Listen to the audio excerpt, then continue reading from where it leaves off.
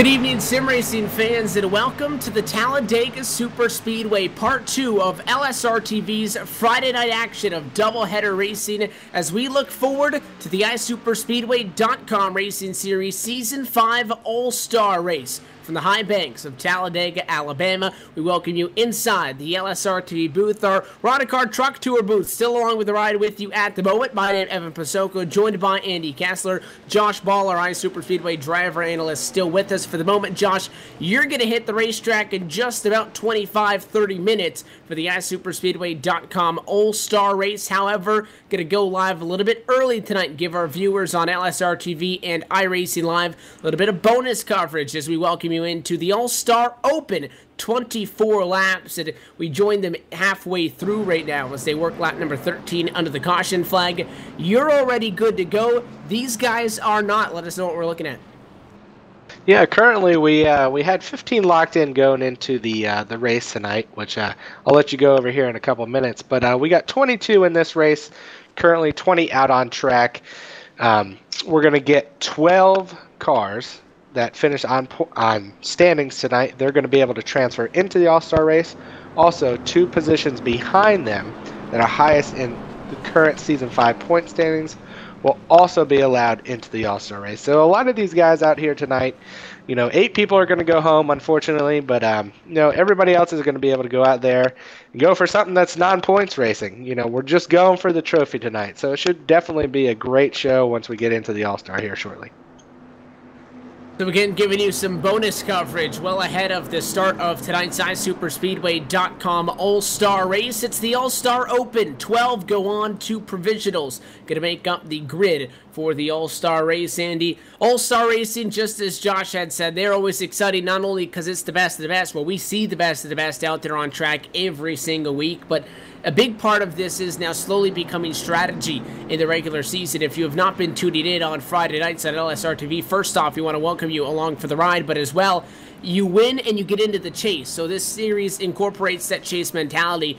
Teams are slowly going to start to try to help their other teammates get in if they already have wins. That's going to be something that we talk about a lot later on in this series, but not tonight. Tonight means that every single person can go out there, go for the win, and we talk about some of the bigger events. The Stars Fell on Alabama 250, the iSuperspeedway.com 500, the championship. Maybe besides those 3, the All-Stars got to be the coolest trophy that you could walk away with. So that's exactly why these guys are going to want to race for it. Plus, it's bragging rights, and if you win it, you're locked into next seasons as well. Yeah, there's nothing better than an all-star race. Throw the points out the window. Just every man for himself. You don't have to, if you don't want to help a guy, you don't have to. You can make friends that maybe help you out in the all-star race later. But for these guys, it's all about wins. Wins. And when you come to an all-star race, that's all it means. It's wreckers or checkers. You want to either come out on top or you want to go out trying hard to be the guy on top. So all-star racing is just so much fun when it comes down to that. It's just go for it. Foot to the floor, make these aggressive moves, go to the high side, drop back down in front of someone, give that good push to somebody else to try to get up to the front. It's what it's all about, and looking forward to a great night of that here coming up shortly.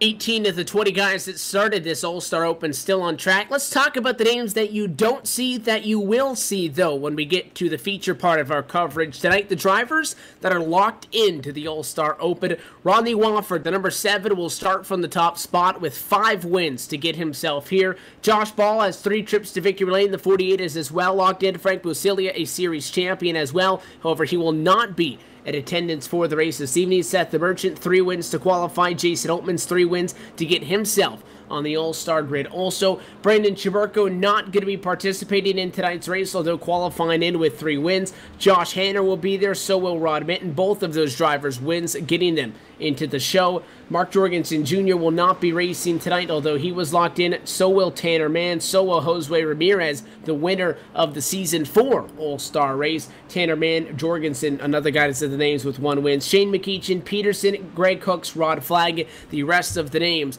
that you'll see a little bit later on tonight. But where we sit right now, how about Derek Walker, your current race leader at the Talladega Superspeedway. We're going to go back green. It looks like maybe lap number 17, I'd say, and we'll get this one back and away. Those are some teammates up near the front of the field right now. You go back green, a caution flag, one more brings this thing almost to a draw because we're going to be within 10 laps to go.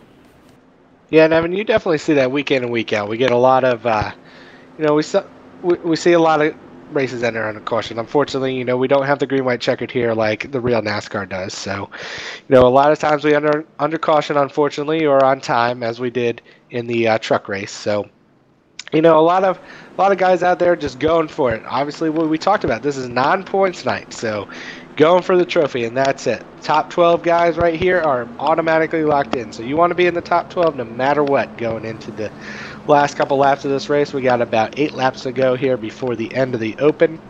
And we'll get on to the All-Star, and it looks so far good for the Big City Motorsports teammates up there, P1 and 2. So hopefully we'll be able to stay up there and get into the All-Star at the end of the night. Couple of different formats you see in this iSuperspeedway.com racing series, Andy. One of those is the endurance format. That's kind of what later tonight is. It's a 75 lap plus event, but this is the B main, I'll call it that. That's our feature races, I like to call it. It's big track racing, short track style, where they use heat races to qualify in. The B main, that's basically what this is, and that brings up some of the aspects of the B main. We see times where there's guys that you want to win the race, sure, but really, all you need to do right now is not finish outside of 12th. We just saw an accident before we went on, came back at a caution flag as we crossed the halfway point. If you're in the top 12, there should be no reason that you overdrive the car to get in an accident. Although this isn't worth a trophy, it's still a checkered flag, and good luck convincing all these guys to cooperate. Yeah, it's, when you're in the car, that's what you're thinking about is winning, but in reality, you're absolutely right. The time to go is in the race that's following this one in just a few minutes, but for this one here, like you said, top 12 is what it takes to get in, so you got yourself in that top 5 area. You just want to stay there. There's no point in going after that win. So we get set to get the green flag back in the air. As the green flag drops and back and away we go, it is race leader Derek Walker on the inside. Will lead us to turn number 1 for the first time once again. Yeah, and it looks like to his outside, Chris Bassini actually pulls the lead going into turn 1 there. He's got a great push from Tommy Hall. Oh, a little contact, Jared Haggerty and James Pileski on the bottom side there. It looks like they were able to straighten that out, but the inside is definitely going to have the push after the outside is falling apart right now. The outside, again, everybody likes to drop down to the bottom. These drivers not allowed to push in the corners in the iSuperspeedway.com racing series. That gives a big advantage to the bottom side. Outside works, but you need strength in numbers right now. That's something that the top side does not have. Just the 1 and just the 4 find themselves up there. It's Chris Bassini and Tommy Hall. Other than that, there's not a whole lot of other people. How about Derek Walker, your race leader? He'll give up the race lead to go up and work with his teammate. Oh, huge crash on the front stretch. The 41, it looks like, went up and over. There's a huge wreck there. He is definitely going to be done after that. Well, I think he was almost up into the catch fence. It might have been him and the 82 Dan Harrington getting into it. Fortunately, he wasn't up into the catch fence. As you see the replay going up right now. But it looks like the 41 might be end of his night. Now, I don't know if the 82 upset the 41 or if it was just a major miscalculations on depth perception, but those guys were 3 wide coming through the tri-oval, and it was a smart thing that the 82 was doing. You saw the 82 machine right there as well. In the middle of that 3 wide, Andy, is Dan Harrington. The bottom on the tri-oval is an extremely loose part to this racetrack. We learned that very prevalently one Friday ago, and a lot of guys had some issues where they were spinning out in the tri-oval just from the loose nature of these race cars. So the 82 of Dan Harrington, he doesn't pinch the 89 of Matt Quick down. He's way up the hill. That puts Ryan Pyland way up top. But again, he wasn't even close to being clear. He just all of a sudden turned down. Car didn't look like it got loose. It looked like, he just wasn't looking, I guess. I don't know. Yeah, and I don't know how far the replay went back, but this actually started way back in turns 3 and 4. Those guys were already 3 wide. They were kind of bouncing off of each other going through the corner. It looked like coming off of 4 that the 82 of Harrington just he was getting loose, and he just couldn't quite. He was right there on the grasp of keeping that thing straight, but it seemed like every time he just turned the wheel just slightly, he'd get out of control. So he kept bumping into the 41, pushing him up further up the track. Not on purpose, of course, just part of what was going on at the time. And then coming through the tri-oval, that was all she rode. I don't know if the 41, something happened in that car, and maybe a tire, it almost looked like a tire, maybe a left front tire would go down or something to cause him to turn abruptly like that. Or it could just have been part of that loose condition we talked about, what we saw last week right here with this looser of a setup that the series has brought here to try to put it more back into the driver's hands. And we talk about the top 12 advancing. Those 3 cars were running in 13th, 14th, and 15th, right on the cusp of trying to get into this All-Star race a little bit later on tonight on LSRTV. They will come up short. And for most of those guys tonight, going to come to a premature end. And Orion Pilot, he took the virtual tow back to the pit lane. His night now officially done. Seth the Merchant as well, the number 42 machine in the race, but hopped on the grid there and realized, well, I've already qualified. So the 42 just kind of sitting down there on the pit lane. So that makes Pilot the only guy that drops out of this one. Dan Harrington, a lot of damage on the number 82 Chevy. He's on the pit lane right now, not behind the wheel. I'm pretty sure that's going to do it for his night. So that leaves you with 18 guys on the lead lap and 12 different spots to get in. If something happens up front, it may not matter what these guys are doing behind, because right now you can calculate and you can say, okay, Josh, well, it's going to be these 2 guys in advance. But if there's another incident, if somebody from up front that's a little bit higher than you in the standings gets in an accident, they then fall back. That no longer matters. So I know you're racing later on tonight, though, in the All-Star race itself. These guys not having the comfort that you have had to know that they're going to be racing tonight. We talk about it a lot with going from the B main to the A main and how we have not seen somebody win a B main and then go on to win an A main yet. What is the focus of these guys? Besides qualifying, how much can they learn as far as how this track and the setup and the weather conditions are tonight, considering that really each week it's a little bit different? Actually, I think, Evan, these guys are going to have a little bit of advantage going into the All-Star race, because these guys have been out on the track already. We picked the conditions based on the real-time weather at the tracks.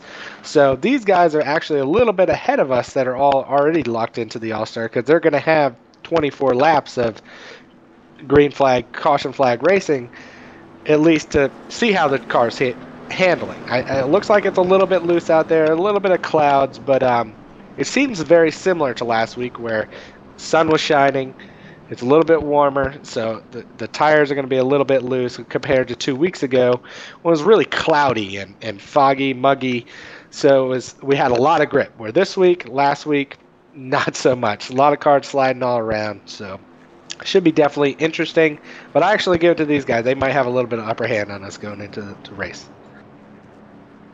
Lights on the pace car are still on. We would expect them to go off this time by. That'll set us up for a restart where lap number 21 will go into the books. We'll take lap number 22, 23, and 24. It'll be a 3-lap shootout, Andy. Similar situation to if you were just with us a couple of minutes ago at the top of our evening of doubleheader action. If you were just with us, you know that one came down to the end. Similar situation here. A caution flag ends it. May not be guys bouncing off each other for the lead. They might be bouncing off each other, though, for 12th. Right now, the last driver in is Ryan Keys. Yeah, there's a few fast guys. We just saw him win a race just moments ago in the Rod Car Truck Tour. The 44 Logan Clampett right now sits 15. Tony Fenn in 14. 13th place, Matt Quick. So a bunch of guys that fast enough to get in. But right now, currently, just on the outside looking in. So they got their work cut out for them. Just a few spots. And when you're talking about Talladega, you could go from 15th to 1st in 4 laps. So they're not out of it by any means. They're definitely in it as long as they can maintain grasp on that draft with the lead pack cars. They can try to mount something and maybe make that outside line work and really get a good run and come up there and steal a few positions from these guys. Well, I was expecting lights to go off there, Josh. I'm sure you were as well. If the lights stay on now, we're in a green-white checker situation. That just means there's one less lap for you to make a move forward, or that, you know, could be good news for somebody. You never know, because it's the percentage of, you know, if the lights go off there, you don't know what happens if this race is 3 laps to the end. If we did go green and we didn't have to wait, you wouldn't know what would happen. So these guys will never know, and, you know, in total it's irrelevant. But if we're going green this time by to take 3 laps to go, that extra lap could be just enough for somebody to get over that cut line. It could be just enough for somebody to fall behind that cut line. The only thing that's good news for is it's less opportunities to wreck, less time to wreck.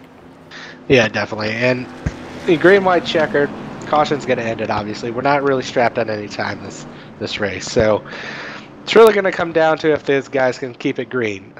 You know, right around the cut area right now, you got Kent Connolly on the outside. Obviously, we haven't seen the outside work so much. He's in 8th.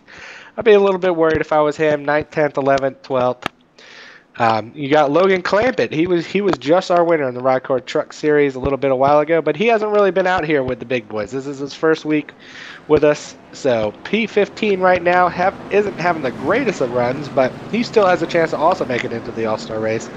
So it should be interesting here with the green-white checker as the lights on the pace car are off. So we are definitely going to have a green-white checkered finish. It'll be a green, the white, and then followed by the checkered. If we make it to the white flag, it doesn't matter how big the wreck is. If it happens, you race back to the checkered flag. If we get an accident before we complete 2.66 miles off of the pace car exiting the racetrack, then this race would end under the caution flag. Right now, it is Derek Walker in the race lead, Glenn Hedrick, Chris Bassini, James Pileski, Jared Haggerty, Ray Rittenauer the second, Tommy Hall, Kent Connolly, Dana Osborne, Justin Anderson in the top 10. Donnie Giratano and Ryan Keese are the drivers right now that are in the show, the top 6 rows. The drivers that are out, Matt Quick, Tony Fenn, Logan Clampett, Larry Camp, Ramon Evans, and Daniel Ferguson. Those are the drivers that are on the outside looking in. 2 of those drivers back there set to get provisionals. But if you're some of the names that we had aforementioned there in that list, Andy, if you're in or if you're out, a lot of those guys are new to this series, and not just new this season, new in the most recent weeks. They cannot afford anything less than a 12th. Yeah, they're definitely not going to get a provisional based on points, which are the last 2 spots made up from this race here tonight. So a bunch of those guys, they definitely have to finish in the top 12 if they want a chance to race later on in the main feature. Otherwise, these other guys, they're going to, even some of the guys that are outside and based on points, they're battling out for every position because that one spot could mean they're in or they're out. The pace car is down and away, and it's Derek Walker who will lead us back to the green flag for the final time in the iSuper Speedway All-Star Open. Green flag flies, 2 laps to go at Talladega. The Big City Motorsports Chevrolet is lined up 1-2 on the bottom lane and 1-3 on track. It's James Pileski trying to give a boost to the outside lane. The outside can't do anything without help. If you're the 4, if you're the 080 Indian, if you're the 77, do you stick with that outside or do you drop down to the bottom? We'll see down the back straight away. It's all Derek Walker. Yeah, it's all Derek Walker right now in the 1 car, giving him a great push by Bassini. But that outside line, Hedrick in that 21 machine, he's trying to get some help. They're trying to make it happen, but the 4 car of Tommy Hall backs off, separates just a bit. That's going to ruin the momentum they have coming off of turn 4. Turn 4, coming to the white flag. They get it. They know they'll get a green flag finish. It's still Walker on the bottom with his teammate, and they're going to go side by side. The one wants the bragging rights. He'll go for it. Top side goes Derek Walker. Everybody jam-packed in the lead group. Still all 18 cars. Right now, they're 3 wide for the transfer as they go through turn 2 for the final time.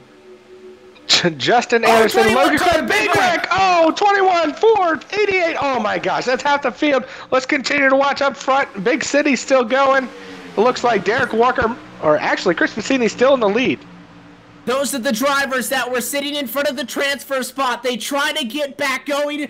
Who can get back to the start-finish line to advance? Meanwhile, the race for the race win comes at a turn number 4. Chris Bassini leads them all. It'll be no doubt about it as his teammate falls to 5th. Checkered flag, Chris Bassini gets the win in the number 1 Chevrolet. 2nd spot, 3rd spot, they all slowly cross the start-finish on. 11th position, limping home is Matt Quick.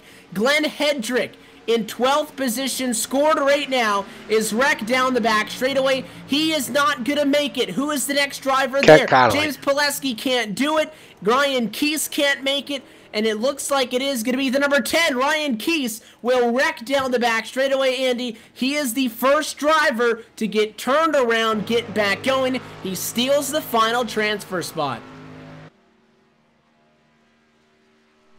Yeah, that's just that's just amazing. You're limping back with a beat-up race car, trying to get into that last transfer spot, just hoping the engine doesn't expire, just hoping you can get back without that thing stalling out. So, well, what an amazing finish to the Open. That's just giving us something to look forward to the main All-Star event here coming up.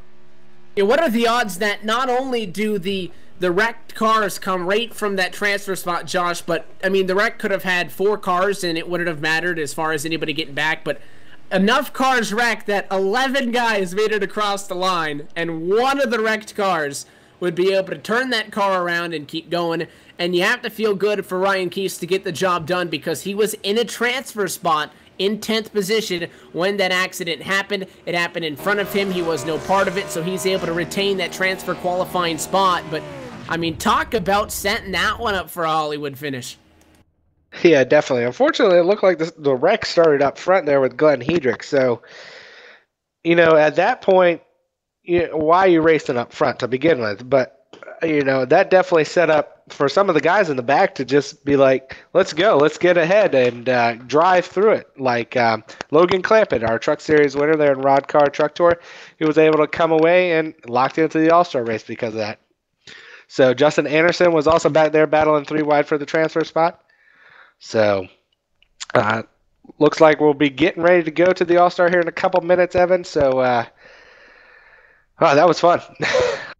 And that just a teaser. Some of our LSRTV bonus coverage, just getting you guys set for the main event tonight with the iSuperspeedway All-Star Invitational from Talladega. The guys locked in before this race winners in the series, race champions, the past winners of the All-Star race. And now, Chris Bassini, Jared Haggerty, Ray Rittenauer, Dana Osborne, Derek Walker, Justin Anderson, Logan Clampett, Daniel Ferguson, Ramon Evans, Larry Camp, Matt Quick, and Ryan Keese will get the extra tickets in through 12th. The provisionals to be determined still by race control as they double and trickle check those championship standings. So with that, we'll step away and pause for a moment and we get set for the real action. We'll be back on LSRTV in just a few moments for the iSuperspeedway.com Racing Series All-Star Race from Talladega. You won't want to miss it. You're watching LSRTV on iRacing Live, the voice of sim racing.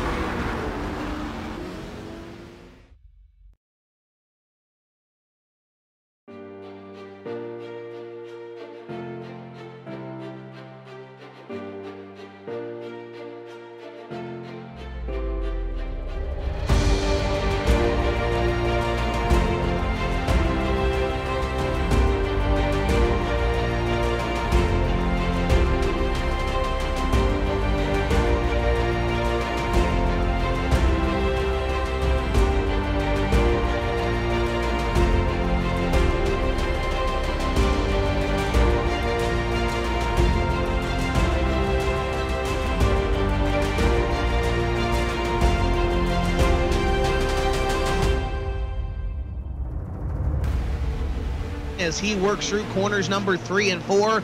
The peak antifreeze, the team at number 58. And unofficially, he will come across the line as the 2015 NASCAR Peak Antifreeze Series champion. Kenny Humpy will win his first title. This is what it's all about, Tim. Simply put, now look at Ottinger and Humpy. Ottinger running defensively, Humpy following every bit in his tire tracks. Side by side going into turns 3 and 4. Humpy's got the advantage, but Ottinger's not going to. Oh, he got into him! Ottinger gets into the 58, turns right into him, and that ends Ottinger's run. Kenny Humpy will go to victory lane. Kenny Humpy now looks for the lead on Nick Ottinger, working lap number 61, closing in on the halfway point.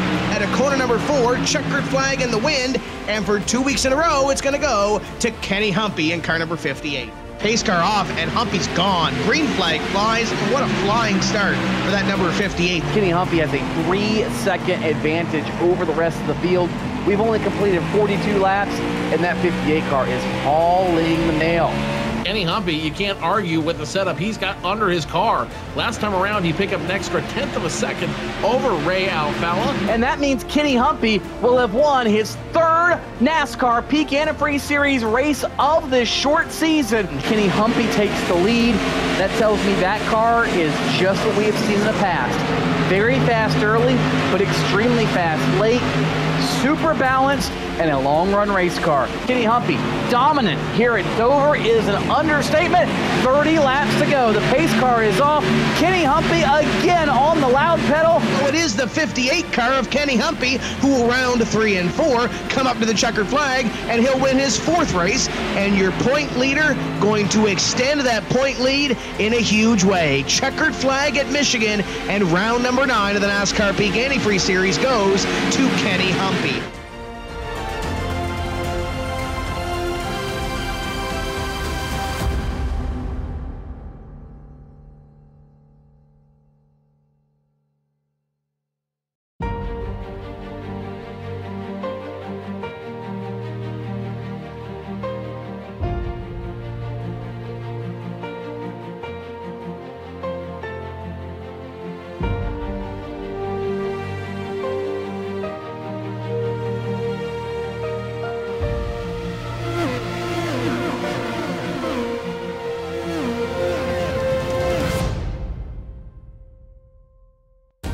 But here comes Gregor Hutu into Canada corner for the final time. Just 2 corners left to go before he finally makes himself a triumphant return back to victory lane. He has led 38 laps of this event here today, and Gregor Hutu once again is a winner. Gregor Hutu will work himself through the Cobra Parabolica. He will claim his 46th victory in iRacing.com World Championship competition. Gregor Hutu for the 2nd race in a row reigns supreme. The one thing that I think is the most important is we've been racing this Ground Championship Series for quite some time now, a very long time even at that, and he is the only driver to have ever won a professional road race at Watkins Glen. But there is nothing that could crack that finish number 1 Team Redline driver. Gregor Hutu works himself out the final corner, and just as he did in 2010, 2011, 2012, 2013, 2014, in 2015, Hutu once again wins at Watkins Glen. Hutu will come across the line and takes the win for round 7 here at Virginia International Raceway. Here he comes now, just 3 corners left to go, into Brooklands for the final time, into Luffield for the final time. Never, ever say that Gregor Hutu is beaten, because he just comes back bigger, he comes back stronger. He wins round number 9 of the World Championship Series, 49th win of his career. If you're the world's greatest sim racing driver, you can do it with your statements on the road courses. Do it when it matters. Out of the final corner for the final time, number 50 for Gregor Hutu out of the final corner. At the top of the broadcast we said if Hutu could win here today, he could well cement himself as the championship favourite. Gregor Hutu, the number 1 machine, back to victory lane, win number 51. Hutu is inching closer rapidly to his 5th, and yes, I say that correctly, his 5th World Championship. Out of the bus stop chicane comes the #1 Team Redline driver, Gregor Hutu, will win here at Circuit Spa Francorchamps. Yes, you may be behind a computer with a steering wheel and a set of pedals, but for these drivers, this is as close as they may ever get to racing in real life. It will be Gregor Hutu coming past the line. He is a 5-time world champion. Gregor Hutu wins the championship one more time. He is the greatest driver in the history of open wheel racing here at iRacing.com, and dare I say it, he is the greatest open wheel champion in the history of sim racing.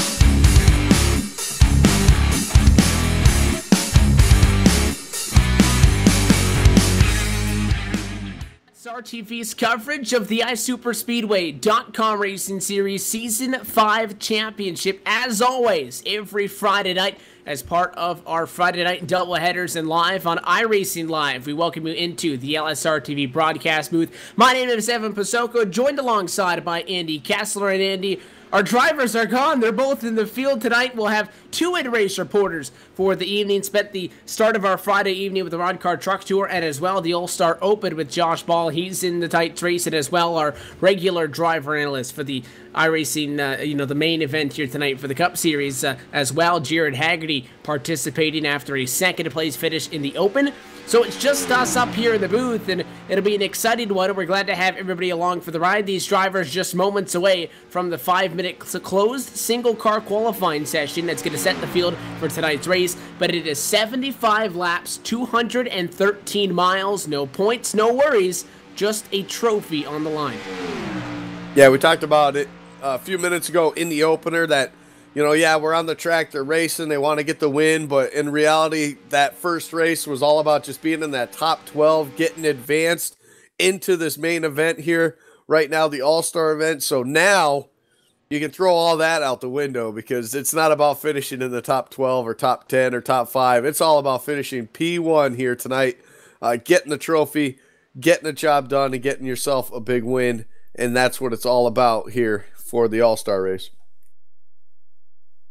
So these drivers roll into qualifying again via the league procedures. It's just one lap, single car, so they're all out there by themselves. One lap, going to set the grid for this race, which is interesting because, again, if you're just tuning in now, we want to welcome you in. Tonight's the main event. We gave you a little bit of bonus coverage before we started tonight. You saw the guys that weren't locked in have to qualify to get in, as well as the top 12 finishers, and that 2 transfer positions went to provisionals to create the field for tonight's race. The guys that are in here, though, that were locked in already, these are the best of the best. They're the guys that have racked up multiple wins in this series. They're past series champions, and they're past winners of this all-star event. And all of this coming right in the middle of the heat of the championship battle, the iSuperspeedway.com Racing Series, a chase format series.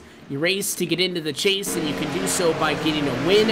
Outside of that, then you go to the chase races, which are 5, to determine our champion. There's a whole lot of stress that a lot of guys are on who have not had good runs this season. There are other guys who they're just having a good time. They've got 2 wins. They're locked in. Tonight, everybody could have a good time because all they're going for is the win. And, if you're new on Friday nights as well, the I-5 bonus, not a factor, but that's not one of the only ways that these drivers can walk away with something at the end of the night. Sure, it's a virtual championship, but every single winner in this series gets a trophy for every single race during the preseason, for every single race during the bulk of the season. That includes tonight the All-Star Trophy. Quite a nice one. That's what all of these guys are going after. So when you say and when we refer to any of these guys going to walk away with the hardware tonight, it's not a metaphorical speech. They're going to walk away with the hardware. Yeah, that's one of the cool things, unique things about this series that they do here. The officials over here at iSuperspeedway.com, it's just a cool feature. Not every league in iRacing is able to do that, and these guys are, and it's such a great little feature. And for some of these guys that have been around since the beginning, since season 1, there's a few guys that probably have a nice little mantle full of hardware here from this series, from getting all these wins. So yeah, it's a pretty neat feature, and it's a cool thing, and it's literal. When you're talking walking home with the trophy, these guys literally are. And that's just one other thing that puts this series on the top of the list. Everybody familiar with the Talladega Super Speedway, but we'll give you a take a look at the track facts for this racetrack. It's owned and operated by the International Speedway Corporation. It opened 46 years ago in 1969. Was designed by Bill Ward and William France Sr. Originally known as the Alabama International Motor Speedway, now the Talladega Super Speedway, the longest track we see all season, the longest track on a NASCAR Sprint Cup Series schedule on the oval side, 2.66 miles with 33 degrees of banking in turns 1 and 2. and 32.4 and 32.5 in turns 3 and turns 4, respectively. The weather tonight, rather average. It's a constant weather at 70 degrees Fahrenheit, partly cloudy. The track, though, hot at 96. Winds to the southeast at 2 miles per hour with a relative humidity of 71%. And with that, we got you all set up. Let's throw things down now trackside so we can officially get the party underway. We now go down trackside for the opening ceremonies and the singing of our national anthem.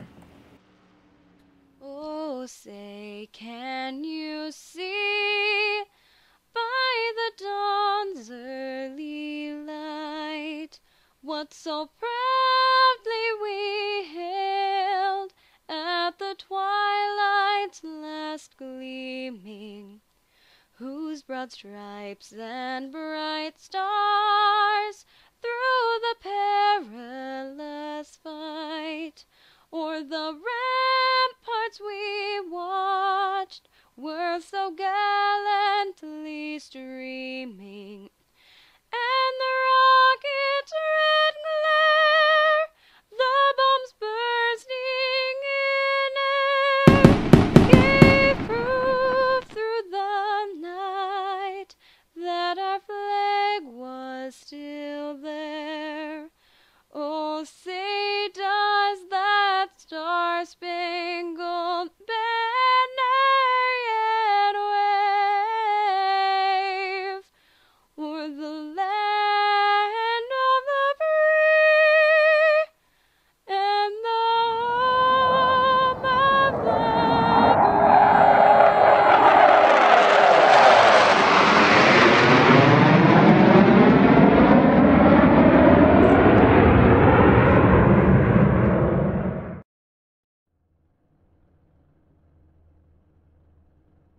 A big thank you to Jaden Berkey for singing this evening's national anthem, and as well to the virtual Thunderbirds for providing us with our flyover. It's late at night, but we're under the Talladega sun, and we are ready for the Ice Superspeedway Season 5 All-Star Race. And we're happy to have you along for the ride. Let's take a look at the LSRTV starting grid, a 49.822, a margin of just 1/1000th of a second. Going to put our in-race reporter on the pole position. Josh Ball's number 48 Lowe's Chevrolet will start from the top spot, and it'll be Rodney Wofford, the driver that qualifies into this race with the most wins in comparison to any of the other drivers, with 5 will line up outside to him in second. Seth the Merchant going to start this one from third position. It'll be the number 44 of Logan Clampett. First start outside on row number 2 and 4th, and Jason Altman's rounding out your top 5, that Ford on the inside of the third row. The number 26 machine of Rod Flagg's going to roll off 6th. The inside of row number 4 will be that one car of Chris Piscini. Starting outside of him in the 8th spot, the 71 of Christian Peterson. While Donnie Giratano in the 2 machine will start 9th, and Derek Walker in the 07 Jack Daniels machine will start 10th. And Piscini, the driver that wins the B-Main a little bit earlier on at the All-Star Open, so that'll show you how these guys all mesh together. Just outside the top 10, Tony Fedd will start 11th, the rookie Justin Anderson in 12th. Ray Rittenauer the 2nd in the number 13th spot. The number 87 machine will roll in that unlucky spot. That's the inside of row 7. Outside, the Tax Slayer, number 8 of Dana Osborne. Matt Quick will roll the number 89 car off in the 15th spot. The 28 of Shane McEachin will start 16th, while Daniel Ferguson in the 25 starts 17th. 18th goes to the 23 of Jared Haggerty. In the 19th spot is Larry Camp in the 33, while Ramon Evans in the 83 starts 20th. And to round out the field for you, Josh Hanner, the number 24, has that Jeff Gordon Exalta Homestead paint scheme on board. Will start from 21st after being the 2nd fastest car in practice. 22nd, and outside him, the final driver to take a time, going to be the Hedrick Ford of Glenn Hedrick. Drivers in without a qualifying time. Provisionals on this one, Ryan Keese, who wrecked on the last lap of the All-Star Open, turned the car around, was able to drive across the line in the 12th and final transfer spot to make the show. Will find himself in 23rd, and Greg Cook's runner-up from 2 seasons ago in the championship will start this race from the 24th and final spot. Fast guys up front, fast guys at the back, and fast guys at the middle, Andy. 75 laps on tap. Basically, it's one of our endurance events on the season, except as we aforementioned, no points on the line. If somebody is going to try something and they're going to go at it from the start, tonight's the night you'll see that. Yeah, they're going to, it's all out. It's all full throttle, straight to the front, no lift. This is going to be exciting. We saw some very nice aggressive moves in the All-Star opener, or the All-Star Open, I should say, and now you got all the big names here at the iSuperspeedway.com series, all in this race, ready to get it on here tonight for 75 laps. We're glad to have you with us on LSRTV as well. A big thanks to those tuning in through iRacing Live. You're in for a treat tonight for the All-Star Race. The American Childhood Cancer Organization Ford Mustang GT pace car gets down and out of the way, and we get set to tango for 75 laps at Talladega Super Speedway. The 48 in control on the bottom, the outside not the place to be by far, and no pushing in the corners. The big things to note for tonight's race. Green flag flies and we are underway. The All-Star Race is green, and they drag race it out as they try to build speed to turns 1 and 2 for the first time. Already over 150 miles an hour as they hit the banking. They hit the banking, takes almost a full lap to get up to full song here. Right now, the 48 machine of Josh Ball started on the pole. He's trying to get that lead, but Wofford hanging tough on the outsides. Get a little help from the newcomer, Logan Clampett here, in his first ever start this season here at the iSuperspeedway.com series. So trying to hang on to that outside. They got a pretty fast veteran right behind those guys also. That's Rod Flagg the number 26. Then the Merchant pushes the number 48 to Josh Ball. The inside trying to open up a quick and early gap. The outside lane already falling to just 4 cars up there as the field slowly starts to get spread apart. The big cut going to be between about 12th and 14th spot. You go from having everybody within 7/10 of a second to spreading out about 1.5 seconds and change. The guys still up top, the 7 of Rodney Wofford, who started in 2nd, the 44 of Logan Clampett, who started in 4th, and a 26 of Rod Flagg, who started in 6th. So those 3 drivers were on the first 3 rows on the outside of the racetrack, and they struggled to find a spot in line. Rod Flagg will find one. He'll be behind the 7 with a Christian Peterson in 9th position. Up top, though, there's still nowhere for the 7 and the 44 to go, and look at Clampett forces his way down in front of Donnie Giratano, and now there is 0 help for Rodney Wofford all alone on the high side. Yeah, all alone. He's going to drop way, way, way back here. It's probably going to put him around that 15th spot, if not further back. If he cannot get in front of anybody right now. Oh, there's contact. The 2 and the 7 getting contact. A couple cars around. The 07's around. This all happening in turn number 1. The second part of the field's coming through there. No caution yet. As of yet, everybody able to... Oh, there it is. Caution is out. And the caution will come from race control. Nobody went all the way around, so the sim didn't trigger it, but the accident in turn 1 and 2 going to bring a caution flag from the administration tower. Yellow flag comes out, and this all starts with Rodney Wofford. Wofford, we were talking about, stuck up at a high side, not a whole lot of help for him.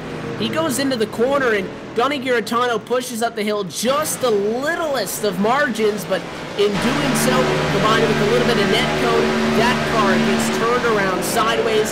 That's a big accident there, and that's a couple of guys that get turned around. And again, they didn't all wreck right away. Rodney Wofford hangs onto the car, but it's damaged. And the guy that was really all over the place, the 07 machine of Derek Walker, out in the grass. Finally, the caution comes out.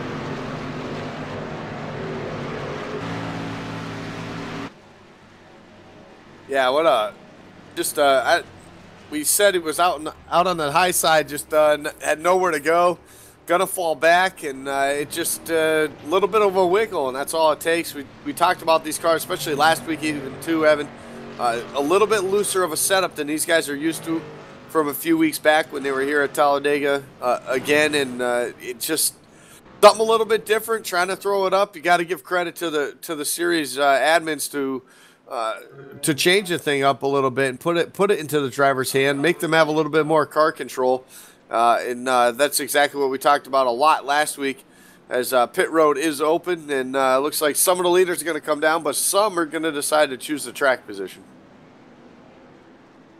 Couple of guys going to elect to come down early here. No sense of urgency as things are still young tonight at the Talladega Superspeedway. A couple of guys coming into the pit lane, mostly from outside of the top 10. All that's going to be is, well, you can put 4 tires on it, I guess, because it's not really going to hurt you. They're just fueling up to keep going, as these drivers do work with a 70% fuel cell within the league parameters. We're glad to have you with us on LSRTV. We're working under the first caution flag, and with that, we'll take a quick yellow of our own and do some business. We'll go LSRTV non-stop, though, as we keep an eye on the iSuperspeedway All-Star Open. Back in a moment. You're watching it live from Talladega.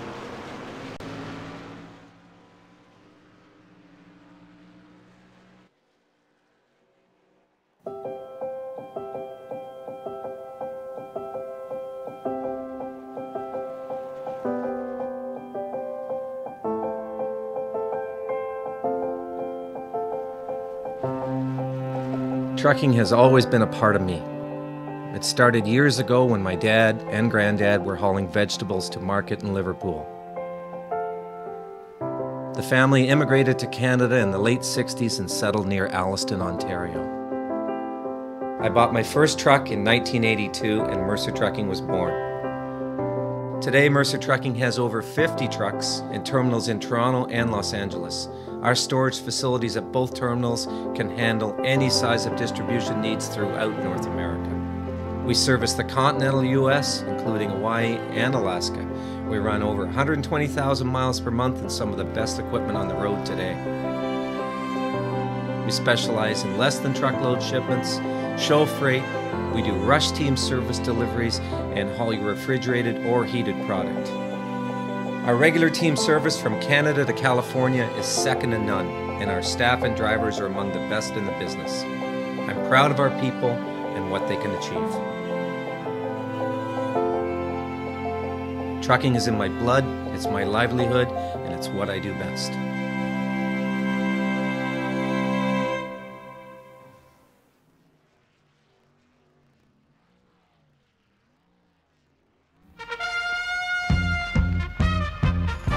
Once its sights are set, nothing can stop the ferocious lion from capturing its prey.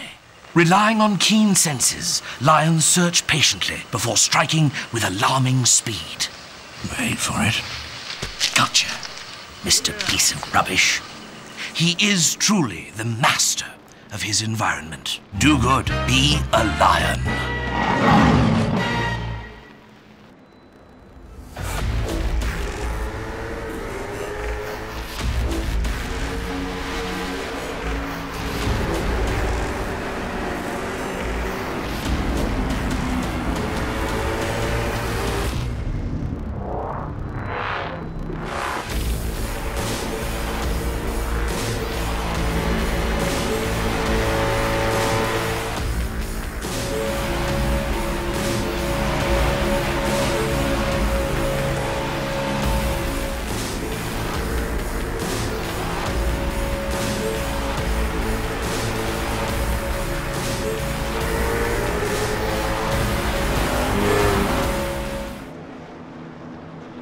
We're back live here at the Talladega Superspeedway, and things all set up for a restart as the lights are off on top of the pace car. Pace car going to get down and out of the way this time by, and we take another crack at this. Early in this one, after that accident, a couple of guys really taking advantage. It is up now 11 spots for Shane McEachin. Larry Camp just behind him in 6th spot, up 13 just after about 2-3 laps of green flag action. Green flag flies, and we're going to go back and away at Talladega. They're going to get these guys back up to full song. This time the outside, small advantage, but no push. And the problem for the 51 of Voltmans is on the outside lane, you're almost going up the hill, Andy. Guys on the bottom, they kind of dive down that banking, get a little bit of extra speed out of it. You see the inside get the big advantage there. Really spread out there on that restart back in the pack, and really now it's just a question of how quickly can you get to the bottom. How quickly can you get to the bottom? How quickly can you get the momentum? Chris Bassini, though, he's going to jump to the outside. He's going to have some help now from Altman's. Altman's giving him a great push into turn number 3. He's going to have a slight advantage, but not able to clear that 48 machine to Josh Ball. They're going to be side by side now as they come off turn 4. It's going to be a drag race back to the stripe. We'll see if the 51 can give him a good push right here and get some momentum going. But right now, Shane McEachin, he's giving a good push to that 48. The second pack of the racetrack find themselves about 2 seconds away. Those are the drivers 15th on back. The lead pack that time by still sits 11 drivers strong. They all sit within half a second of each other, obviously to fight on for the race lead. The one of Chris Passini up there went on to win the All-Star Open, and we talked with Josh Ball before he had to get down in the car. Josh leading the race right now. The number 48 spent the entire evening so far up at a booth with us, said that he'd give a small advantage to those guys because they've been out there on track already with the realistic weather settings and the small tweaks and changes that they see to the setup every week. Those guys already have a taste of what they're experiencing. We have never seen on LSRTV somebody win a B-main, go on to win the feature, albeit it's not a regular feature race, but you can pretty much call it the same. The one machine wants to be the first one to do that today. Problem is he's on the outside, and even with that push from the 51, things aren't going very well. He'll fall to 6th, it'll be Altman's falling to 8th, and they continue to slide back because every single car in this lead draft of 11 has gone to the bottom on them.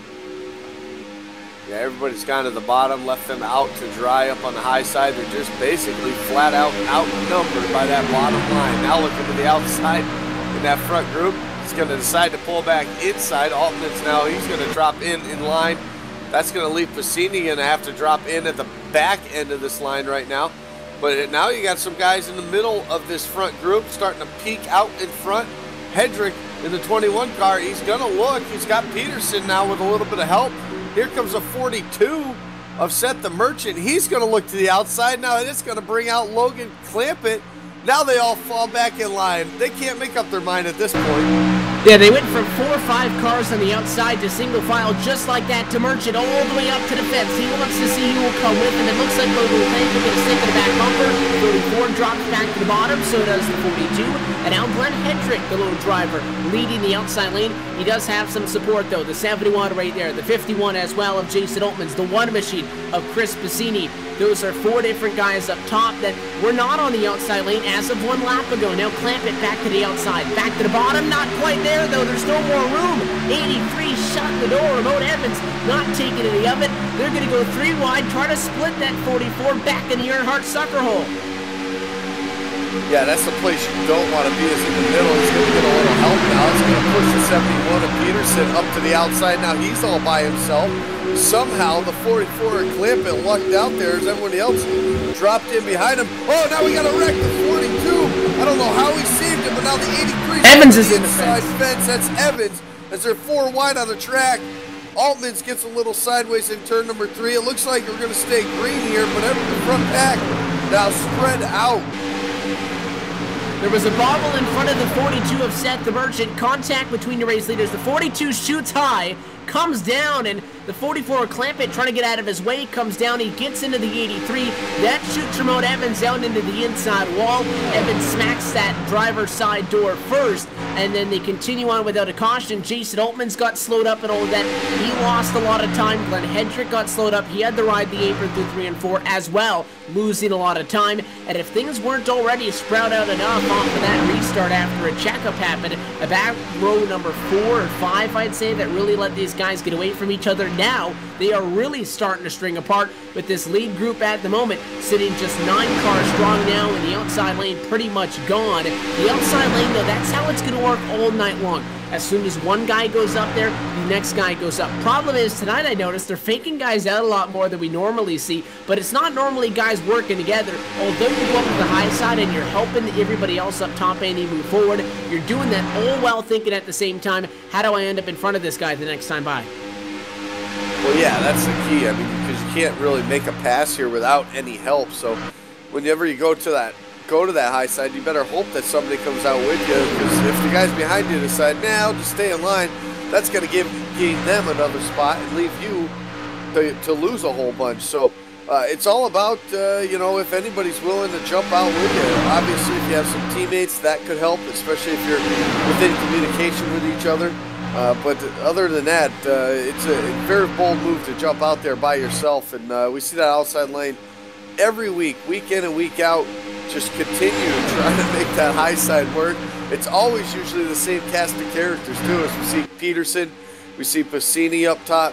Those guys typically are always up top on that high side. We saw it in the All-Star Open race just about a little while ago with Chris Piscini. He rode that top side quite a bit. So right now, though, it's side by side, 3 rows deep now for the lead. Yeah, it's no longer 9 inside that lead group. The number goes down to just, at the moment, 6 of them. 3 of them on the outside of the racetrack as they go right now. The 71, the 1, the 42. Bottom is the 28, the 44, the 48. All of these guys now trying to pull away, and in a way they're working together. Oh, the 28 right there. That's exactly what we talked about earlier. Bottom of the racetrack in the triangle, Shane McEachin losing the handle on that Dollar General Toyota. It'll make it interesting. 3 wide. The 48 gets in front of him, but not before going from 1st to 6th. And new race leader is Christian Peterson. He now gets shoved out of line. Clampett wants it. Oh, and then Clampett, he gets a little bit loose. Not sure if it was from the lap traffic up ahead, just giving him kind of a where, or if the 48 got into the back bumper of him a little bit right there. So Clampett's going to lose his momentum, drops to the apron, tries to slide up in front of McEachin. McEachin is still a little bit faster than currently, but those two need to drop in line and hook up right now. But new leader right now, it's the 71 of Peterson, and he's getting a little bit of help from that 1 car. 71 and the 1 now go to the top spot. Josh Ball moves back up to 3rd. It's Diversion in 4th. Logan Clampett from that checkup falls back, and good news for him is, well, Shane McEachin fell back that same lap, so those drivers are going to find each other 5, 6. They're going to try to get back up there. Right behind them, they'll close it in, is Donnie Giratano, the Wrangler Chevy, working with Rodney Watford right now, the leaders of what is a 3-car secondary group. Again, these were the other 3 that made that lead group of 6, a lead group of 9.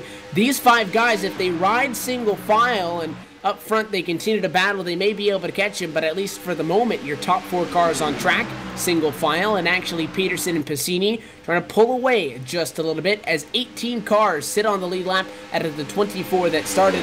Derek Walker is out of this race. Ramona Evans, 23rd position. He's 1 lap down, as well as Dana Osborne, Greg Cooks, Tony Fenn, and Rod Flagg. As well, Greg Cooks throw him into the mix as well. Actually, those guys going to swap spots for 19th and 20th position. Those are the drivers that are sitting right now 1 lap down. They would benefit from a caution flag because they would all get the wave by and be able to rejoin those other drivers on the lead lap. So side by side again up front, 2 wide, 2 rows deep, but I mean, the outside, sure, there's only 2 guys on the bottom, Andy, so you're not dealing with as many guys you got to pass, but I mean, 2 cars is just not enough to hold the outside. We've seen that.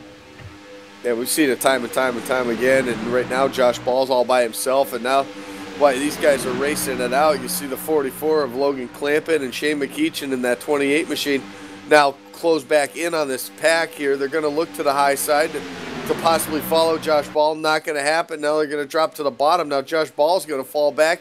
He was sitting 3rd, was sitting 2nd. He led a bunch of this race, but now he finds himself trying to battle hard for that 5th spot. He's probably going to lose it here momentarily. He's going to fall back into 6th. He's going to have to get in the line, though, because here comes the 2 and the 7 of Wofford.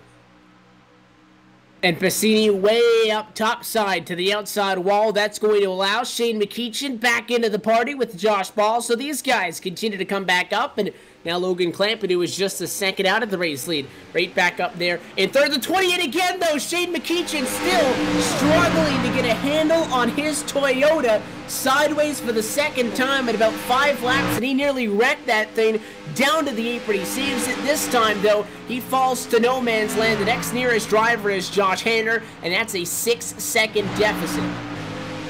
Yeah, that's a huge deficit to try to overcome, especially without a caution. If this thing stays green, that's going to be a tough roll to make up any ground if he wants to. He's going to lose a bunch of time to these leaders before he can even remotely get any help right now, but that's going to put 3 cars now, 4 make it up to the front, battling for the lead. They're all nose to tail right now, heading through the tri-oval.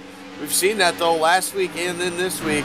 That tri-oval's definitely, you'd think one place that the cars wouldn't have a chance to get loose at would be in the tri-oval. But I'll tell you something, that bottom line in the tri-oval kind of opens up right after pit lane entrance. It opens up and then closes comes the start-finish line. So it almost opens up to a 4th lane. Then it drops back down to 3 lanes. So there's something about that lane. It's very flat down there, almost like they take all the banking away if you go down there. So Causes a lot of problems for these guys, but we're going to have to keep an eye on that the rest of this race. The lap traffic top side, that's the number 83 machine dropping back. Remote Evans going to find himself now 2 laps to the negative from your race leaders at the moment, and in a 75-lap race. This is what a lot of the drivers want. Yes, they want to be able to, be side by side and in a big group, but logistically speaking, for 75 laps, especially for a lot of these guys that are coming straight out of a race at the Iowa Speedway that went the time limit in 65 minutes for the Rod Car Truck Tour, I don't think many of them are going to object to just riding around single file for a little bit. That's what they're doing right now. The top 4 are gone. It's Peterson, DeBurchett, Clampett, and Josh Ball. The 44, the 48 work with each other to get back up there. The 71 and the 42, those guys have not moved. They've been the race leaders on the bottom. They've seen a couple of challenges go up to the outside of the racetrack, but really, other than that, they have not moved. They have held the bottom. Guys have gone topside on them. They have just run their own race. Those guys aren't changing. The question is for the 44 and the 48, if Clampett and Ball just decide, hey, let's not try the outside, and it looks like, at least for me now, Andy, and I would assume as a driver, the smartest thing to do is to not go up there at the moment. You guys got to work together. We find ourselves in a spot right now where Chris Bassini, he's slowly falling off. He's out of this lead group. He's going to fall back to Giratano and Wofford, and that's another set of 2 cars, 3 cars, because Remote Evans has tacked onto the back of them as a lap machine. But, I mean, Josh Hanner, Jason Oatmans, Jared Haggerty, 3 very fast names that are leading the 3rd group on track, are losing 2-3 tenths a lap. They're now 6.7 seconds back in 8th. If they continue to lose speed at that rate, by the time we get halfway through this race, they might be half a lap behind. Yeah, and half a lap is huge here at Talladega, especially at these speeds these guys are running. But they need to take a page out of the leaders' books right now. These top 4 guys not deciding to make any moves. They're deciding to stay single file, get the draft, get as much speed as they can going through these corners and down the straightaways just to pull away from the second pack. It was 1 second the last time by. Now it's almost 3 seconds. So you can see exactly what these top 4 guys are doing right now. And if they were smart, they'd stay in line. Green flag pit stops are just out of the horizon, probably in about another 10 laps or so, or within the next 10 laps. So these guys right now, ride it out, get as far away from them as possible. They'll leave it up to themselves to decide this thing as long as it stays green. I'll give some kudos to the 07 Derek Walker, 13 and now 14 laps down as he sits back in 24th position on the racetrack, involved in an incident earlier. Is back out there on track. I'm not sure we're going to see 13 cautions for Nick Way. Well, look at this, 3 wide. The 51 up the middle just in front of these guys. Jason Oatmans, you talk about these guys moving backwards. Not going to help at all when they're going 3 wide in the corner. The 51, tired of sitting around, splits the 24 and the 7. Normally that middle doesn't work. Again, we talked a little bit earlier about the Earnhardt sucker hole from the 44 of Logan Clampett, but you saw the guys that had initially gone to that 3rd lane to pass him eventually just stuck with him on the bottom lane in the middle there, and it was the top side going backwards. So the 51 of Oatmans, not in the most forgiving of places. There it is, sideways to the triangle. He just made a move to pick up 1 spot, and because of the move he made, he makes a mistake, and now he loses 9 spots, and now he's out of the draft, and that is really going to sting because you're not going to find anybody else till you'll get back to Larry Camp, who's 14th and 20 seconds off. Yeah, there's a bunch of guys further back, but that's definitely not what Altman's wanted right there. But that's exactly what these guys in that group can't do, and they're running side by side right now, and they're losing tons and tons of time to the leaders. The top 4 guys now almost a 6-second lead over these guys, and it's all because they're running, double wide right now, and it doesn't look like they're losing speed, or they're still up over 200 miles an hour in the draft, but yet that still scrubs off some speed, and we're talking almost 2 tenths a lap. That's a lot of time right now if these guys are losing to the leaders. They're going to get a little bit more help here, but they need to really just, their spotters, somebody, they need to get into communication and get themselves lined up, and it could be even just small groups of 3 or 4 cars, but they need to get lined up single file if they want to chance the pictures. That's what the leaders are doing. That's what they're using to continue the strong run that they have up in front of the field. Your leaders right now are Christian Peterson, Seth the Merchant, Logan Clampett, Josh Ball. The top 4 drivers within 0.3 of a second of each other. Behind them, Chris Bassini leads just in front of a major group of the next set of cars. He's working with the lap car, so he has about a second or so on them. But it's 6th on back where you have Rodney Wofford and company. Take a look at the 7 right now. Wofford actually making a move on that one. You see Bassini in front of him. The 83 is the lap car that Bassini's been working with, but the speed just not there in that lap machine that these quick guys have. McEachin and number 28 working with the 7. The 07 in the mix as well. That's lap car Derek Walker. Those guys not having much problem getting around. I'm actually impressed with Wofford because he has a lot of back-end damage on that car. Again, we saw that contact earlier. For all of that damage, he's still running pretty good. But again, that's probably a major factor, Andy, in why these guys have fallen now 9 seconds away. Yeah, when you come to super speedways, Evan, the aero package is so huge. One little small dent in the front fender or around the lights or anything like that, all that's going to do is slow these guys down, scrub speed off of. These cars got to be perfect. They got to be in pristine condition if they're going to want to possibly contend for a win or to get any speed or to even try to catch up. Some 9 seconds back right now. Wofford leading this second group of cars right now as they go through 3 and number 4. But the McEachin, the 07, out on the outside, trying to make something happen. Obviously, the 07 is a lap car, probably has some damage. Probably the only place good for him is behind another car to push him. Right now, though, it looks like it's struggling to hold his line for the 07 machine. But still, that bottom line, they still need to get partly single file is what they are, but Shane McEachin is still on the outside. That side draft is going to slow these guys down, and they're going to continue to lose time as now it's over 10 seconds now.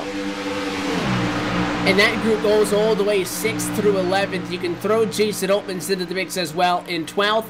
Pit stops, though, are on the horizon. I was going to say about lap 30, you'll see these guys in that 70% fuel cell start to run dry. You're finding that point right now. The first driver to come down pit road, Jason Oatmans. He comes down. He's working with the number 26 of Rod Flag. Rod Flag, one of the lap cars. He's trying to catch up to the first set of cars that come down pit road. The number 1 of Chris Bassini. He comes down with the 7 of Rodney Wofford, the 28 of Shane McEachin. That's what you need, as opposed to what the 51 did, is you need friends down there on the pit lane, and you need to get into your stall, get a clean stop, and get out, and make sure that you leave pit road together, or you're going to lose so much time. Yeah, we just saw it right there. The 1 car of Chris Bassini overshoots his box by 2 spots, has to back up. The problem now is when he gets his service complete, when he heads back out on track, he's not going to have any drafting partners. That's going to be tough for that 1 car.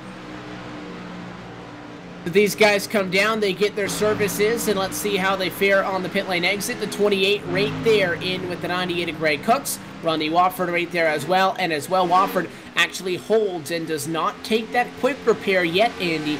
New thing that, I keep saying new to the sim, it's now relatively, I guess, mandated and mandatory. It's been around for a while, but it used to be where you couldn't choose when to get that quick fix. The 7 gets a brand new race car. If he gets in an accident, he's done. However, now he holds off on that, gets back out on track with those guys with the damage, but we said that that car wasn't running all that bad, and now he can still keep that quick fix for later on when it would be that more dire importance, I guess. Oh, absolutely. I mean, geez, look at Chris Bassini. He's trying to hook up with that 07 machine right now, but I just think there's not enough speed there in the 07 with the Derek Walker 13 laps down. Had some issues early on in the race, but they're trying to do it. But pit stops are definitely in full swing right now, and all the leaders are coming down. It looks like the 23 of Haggerty, he's going to come down this next time by. So is the 10 car. So everybody getting down pit road. Bassini, though, we talked about it.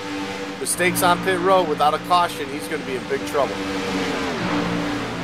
The top 3 on track at the moment. Again, that list included the number 48 of Josh Ball. He was running 4th in line to Logan Clampett.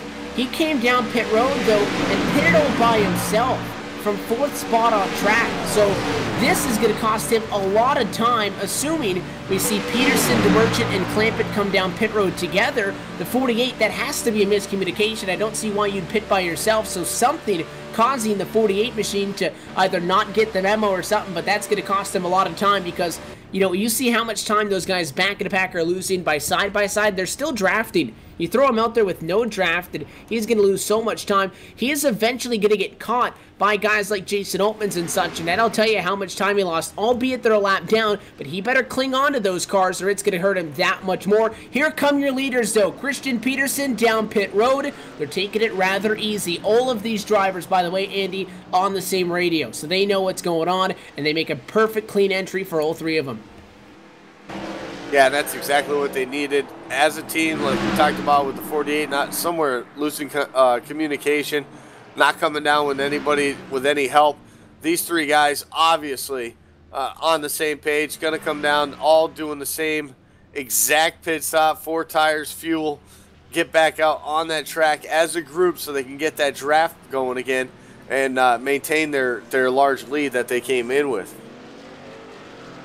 And they're all going to exit the pit lane pretty much right with each other. 71 a little bit far in front. He'll drag the brakes and it won't be much of a problem. And something that we didn't used to see here at Talladega before we saw these dynamic racetracks is that these guys taking 4 fresh tires that time down to the pit lane because we've seen the loose conditions. You want every single piece of grip that you can get to help yourself out when you're out there on the racetrack. So the 71 of Peterson, he'll get caught by Clampett and DeMerchant momentarily. That leaves Jason Altmans as the next guy to stay out. However, these guys were a lap down at that time. So Peterson is going into turn 3 on lap number 34. Altman's just now going down the back straightaway on lap 34. And that means that those guys who come out are still going to be in the race lead because Altmans and company, so Altmans, Bakichin, Wofford, Hanner, and those guys, they've already completed service. You'll get an updated look at what the interval is going to be. The question is, though, Josh Ball, where does he find himself in all of this? He was running in 4th. He pitted by himself, and right now he's working with his Hanerick teammate, Josh Hanner. So they're going to be next to each other on the racetrack in positions. But the big difference you're going to notice here is the gap goes from, what, 0.4 of a second it was, to now 13. It's not going to matter, though. Caution flag will fly just after the green flag pit stops come to a close, and it's the 16th place car turnaround. It's Glenn Hedrick. Yeah, and that happened right in front of the leaders. Unbelievable right there. Great job by Peterson, Clampett, and DeMerchant there to recognize the trouble. Obviously, the spotters in their ears telling them, able to duck low underneath the yellow line to get around the 21. So, tough break right there for Glenn Hedrick. Looks like almost a single car spin for him, which you don't see too often here coming down to pit road at Talladega, but yeah, just flat out just getting on the throttle too much, coming off pit road on the flat right there, losing control of that car. But yeah, great job by the leaders to avoid that, keep themselves in good position here, though. Now the field can all catch back up. So all that hard work these leaders did to get away from everybody, it all gets taken away. If you're a fan of Conspiracy Series, you like that one, but it was just the right side tires getting on the yellow line, getting back to the gas, because you're pretty much on the gas all the way through that apron, maybe not 100% all the time, but you get up, you try to cheat that to blend up. I think what he's trying to do is get back out there on track to try to join the draft that's coming up not all that far behind him, and you know, when he does so, maybe he was just looking back at the leaders, you slide up a little bit, the car gets sideways, it spins, a single car incident slows us down at Talladega. The caution comes just after the pit stop, so pit road, a relatively quiet place, I would imagine, unless they want to come down. Nobody was going to. Now at the last second, here come the top 3 cars. It'll be a split decision on pit road. Interesting. I wasn't expecting to see much at all. No, but now you're talking, these guys cannot make it to the end from this stop. That's probably what the guys who stayed out decide why they decided to stay out. Get the track position, be up front. Oh, it's Peterson. I'm watching him. He just overshot his pit box. He had to back up just a bit. But, you know, these guys that didn't come in, you're talking track position. 71, these guys set the Merchant when they come back out, along with Clampett, they can easily, obviously, be in the pack, work together, move themselves back up to the front. So as far as the track position thing goes, when it comes to Talladega or even Daytona for that matter, the track position means something as far as staying out of a wreck possibly. But at the speed-wise or anything like that, it's all about the draft, who you're working with. And obviously those three guys have been working great with each other all race long. I think if they can get to that top side on this restart, they might be able to make it work and get all three of them out to the front again. Right now, as we work on lap number 37 of 75, we have passed the 1/3 mark in this race and start to close in on the halfway point, which comes up in actually just a couple of moments. So this caution will bring us through the halfway point, and with that, we'll step away for another quick moment and give a quick shout to some of our partners here at LSRTV. Working under the caution flag at the moment, Josh Hanner, your race leader in the SuperSpeedway.com All-Star Race for Season 5. You're watching it on LSRTV and iRacing Live, the home of the NASCAR iRacing.com Pro Series. Did you know that Lion's sense of vision is so powerful, it actually enables nearby creatures to see better? Here we see lions assisting the offspring of others, while their parents are elsewhere in the wild. Brilliant, isn't it? Making the wild kingdom look much better indeed. Do good, be a lion.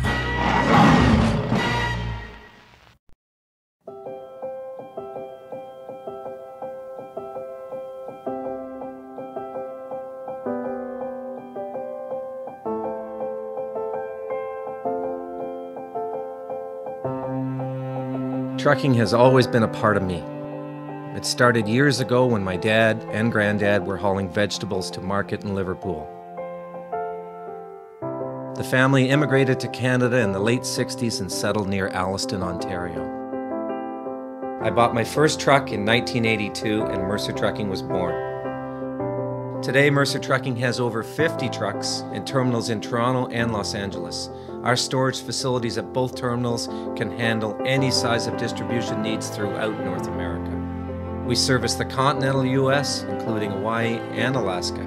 We run over 120,000 miles per month and some of the best equipment on the road today. We specialize in less than truckload shipments, show freight, we do rush team service deliveries, and haul your refrigerated or heated product. Our regular team service from Canada to California is second to none, and our staff and drivers. Once its sights are set, nothing can stop the ferocious lion from capturing its prey.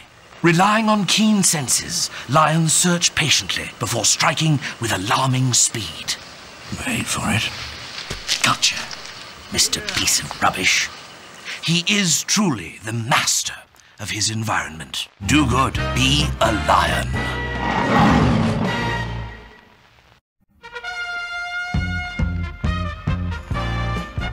Did you know that... Back live at the Talladega Superspeedway, Josh Hanner continues to lead the field as he paces behind the iRacing.com Ford Mustang GT pace car with the American Childhood Cancer Organization still on board. As you'll notice, a lot of pink around the racetrack on a lot of these cars in support of Breast Cancer Awareness Month. Big thing going on, obviously, and we see a lot of great support from that through the iRacing community. Let's go off, though, so we get set for another restart, and we bring you back into the LSRTV broadcast booth alongside of myself, Evan Pasoko, joined by Andy Kessler, and we weren't expecting a whole lot to happen on the pit lane because, well, they just pitted, but it seems like fuel is of an utmost concern because that pit stop was just shy of halfway. They just about went all the way from the start to that point, so Andy, everybody topping off, hoping that maybe they can stretch this all the way through. Well, if the timing's right, cautions fall right where they need to be, it is possible that this thing going all the way, that being in the back, you're probably running about 3/4, maybe half throttle at some points. You know, staying in the draft, you're not actually wide open. The guy up in the lead's the guy that ends up burning the most fuel when you come to a plate track like this. So I think for some of these guys to come in now to top off and might be able to have a chance to make it the rest of the way. It looks like probably about 36 laps or so when we take the green this time. That'll put you, I don't know about making it that far, but again, if you get a couple of cautions, you know, you're right back into that window where it could very well be possible. So we'll have to see if this is enough. And the thing is, if you have enough now, or if you're short, if you get a caution, Andy, that might bring them to the point where they're good, but then I would just expect everybody at that point to come down to top off and then get tires as well. So we'll have to see. Again, this is all dependent on if we get a caution flag. The strategy takes another turn. The guys at the back top it off. Your leader staying out. Josh Hanner does so to go from now 13 seconds back to the race lead. He brings us across the start-finish line. Green flag flies, and back and away we go. Logan Clampett on the outside of the racetrack started in 4th spot. He knows what it's like to restart on the outside, and it was not kind to him last time, but already the outside saw him back. It's just really a game of whack-a-mole. Find a hole on the bottom and jump down.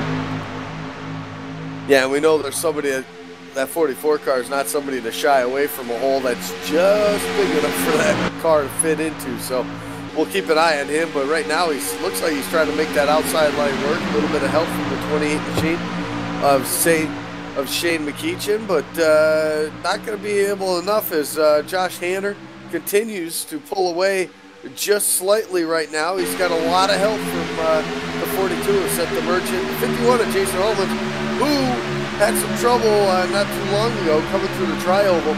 It's good to see him back up in the top 5. And a lot of this can come down to you just find yourself in the right lane coming to the restart. Well, so far it has been like that for Josh Hanner all night long, for Seth the Merchant all night long. I don't think I'm surprised to see that the top 2 guys right now started on the inside lane of their respective row. The thing about that is, albeit Josh Hanner was way back in 21st position, and it was quite the distance back from our race leaders at the time when that caution flag came out. He stays out, pulls a little bit of a strategy card out of the bag, and with that, he goes again to the race lead and has led since the drop of the green flag. Caution, no trouble behind these guys, and it's out of turn 4. 28 car spinning violently around it. Shane McEachin.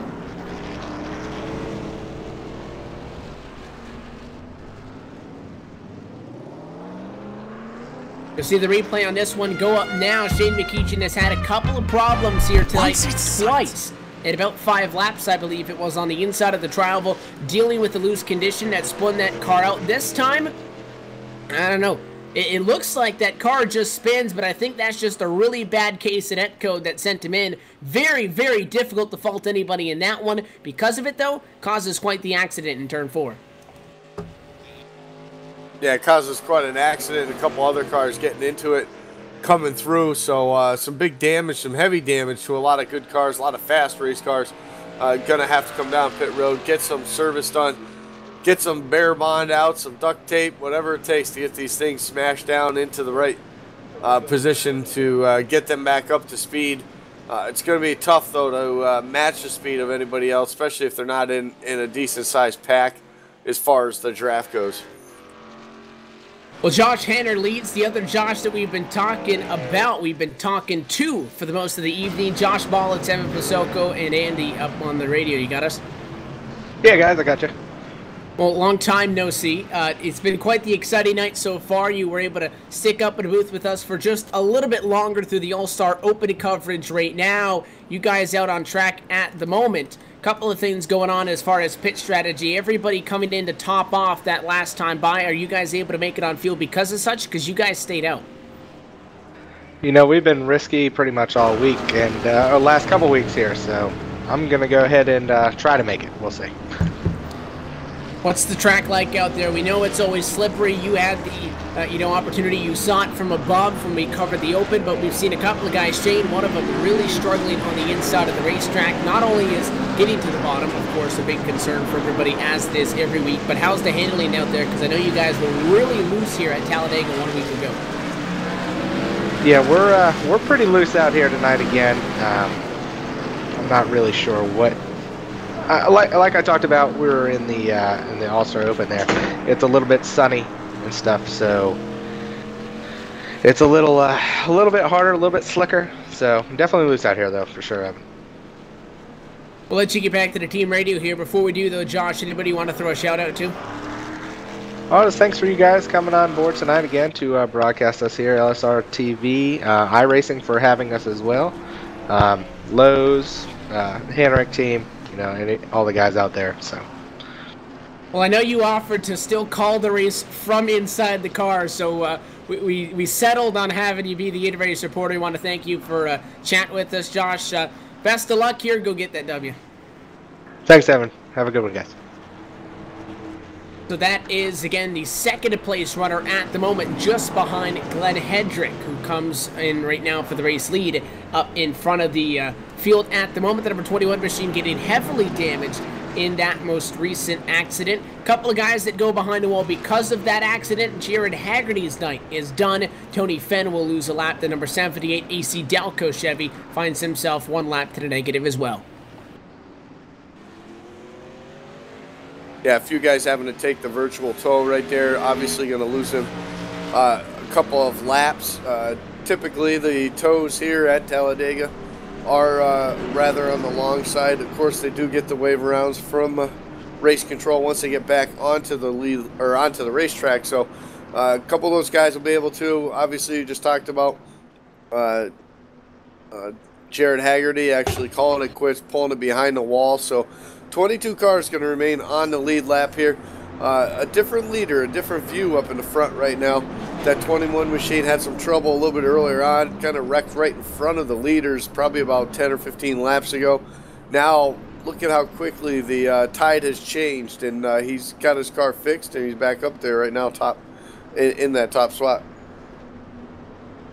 And again, for those tuning in this Friday night for your first time, we welcome you into LSRTV on iRacing Live for the iSuperspeedway.com racing series. 1 week ago, we went back at it for race number 8 on the season, and it was Tanner Mann in a Hollywood-esque win, back on track for the 3rd time in the season, driving for Henrik Motorsports, the number 5 machine. He went on to win that one after leading 7 laps. Stephanie Lesentine with a career-best finish of 2nd last week. Josh Ball came home in 3rd. It was Daniel Harrington in 4th. A 5th to Tommy Hall, Eugene Vernon, Seth the Merchant, Chris Bassini, Frank Wasilia, and Corey Henry would round out the top 10 in that one. So our championship standings will update you on some of the names. And again, the guys you see here, excluding those that came in through the All-Star Open, guys that had to lock themselves into tonight, guys that have won many a time in this series, the guys that are past champions, past winners of this event in specific as well. Your overall points leader is Rodney Wofford. He's followed by Josh Ball, Josh Hanner, Frank Wasilia, Shane McEachin. Those top 5, no surprise that those are the names that we are talking about the most here tonight. When the spotlight shines the brightest, they tend to step out. That's exactly the scenario that we find ourselves with here at Talladega. Now what we do is we work lap 45. It's going to be 30 laps to go now, Andy. This time by off with the drop of the green flag. You should be good on fuel if you pitted now. Yeah, you should be, as a bunch of guys coming down. I'm sure a few of these guys were just saving. As you see, the 42 is Seth the Merchant now coming down pit road. He's going to top off, obviously hoping that if this thing stays green, that's the last time he will have to come to the aid of his crew, get some service work done, fresh tires and fuel. As far as the 48, we talked to him just a moment ago. He said he's gonna give it a shot and try to make it to the end. So we'll have to see. I'm sure he's shutting that thing off as we speak, as they coast down the straightaways, saving fuel. That's what it's all about for a lot of these guys. Other guys choosing to come in now, top it off, and hopefully they can make it the final 30 laps. So the opening 45 in the books. When we come across the start-finish line, we're left with just 30 laps to go. How will those 30 go down?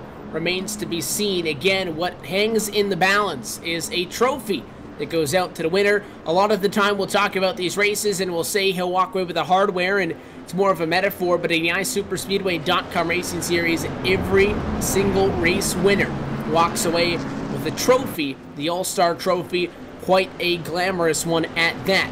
So all of these guys want to get it, as well. If you win the All-Star race, much like in a Sprint Unlimited for the NASCAR Sprint Cup Series, you win the All-Star race, you're locked in for the All-Star races to come. So a lot hangs in the balance here. Everything but points, so they can give it 110%. Pace car gonna get down to the way yet again. This time it'll be Glenn Hedrick who stays out, and the 48 of Josh Ball who stay out. They're on the front row as they come to the travel. Green flag flies. 30 laps remain. Great start by that outside line. A couple of teammates there, the 48 of Josh Ball, Josh Hanner. 24 machine right behind him, giving a good push there. Not going to be enough, though, so it looks like the 21 of Glenn Hedrick, he's going to have the slight advantage off of turn number 2. He looked to the high side, didn't have enough room, and now Jason Altman's right on his back bumper. Going to try to give him the push, but that outside line now, 3 cars starting. They're going to make a huge push towards turn 3.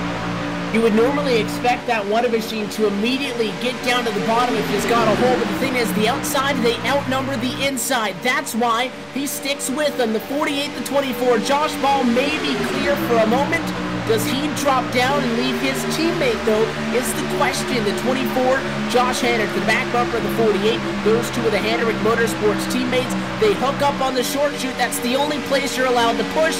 Is it enough to get clear into the corner? No. The 48 is, the 24 is not, and it looks like Ball gonna hang with him. He does.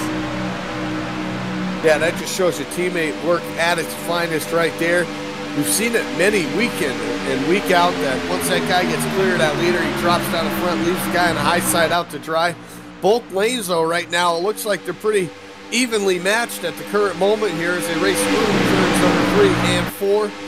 Starting to make a little bit of a gap here into maybe a second pack, but right now the top 3, or top 5, I should say, battling hard, and it looks like this time around Josh Ball's going to get this lap led. Going to try to see if he can get Josh Hanner to clear Hedrick, but it doesn't look like it's going to happen this time either as they roll through turn number 1, 2. Off of turn number 2, here comes the 21 now, battling hard back, Glenn Hedrick on the bottom. Well, we just saw then, just spoke to that 48 machine for that matter, and Josh Ball, who is working with the 24, his teammate. This is a scenario that we talked about coming into this. This is something that we said we would not see. Oh, contact the 21, sideways, that's Glenn Hedrick. He gets to the apron, not enough though. Big contact, Seth the Merchant. The 42 car upside down first into the catch fence in turns 3 and 4. Caution flag will fly as chaos breaks out in a blink. In turns 3 and 4, caution is out at Talladega. All of this starts with Glenn Hedrick getting sideways from the front of the field. We have seen this a lot tonight, but a lot tonight means a lot in the tri-oval. This time, working in the middle of turns number 3 and 4, Hedrick goes sideways, and I wonder if there was contact, but I don't think Altman's got into him. I think that car just broke sideways, came up, a miraculous job by that number 21 to save it. Unfortunately, when everybody started to check up, the 8 gets shot up the hill, pounds the 42 and the Merchant into the fence, and he goes into the catch fencing. Yeah, the 44 was involved, the 71 was involved, so a couple of cars that we saw up towards the front, they chose a little different pit strategy. Coming down to pit road, topping off this last time back, found themselves a little deeper in the pack probably than they wanted to and that they have been all night long. That's the problem that you face. Although most of the time these guys want the track position. They either want to be up front to avoid the wreck or they want to be in the back so they can slow down for it.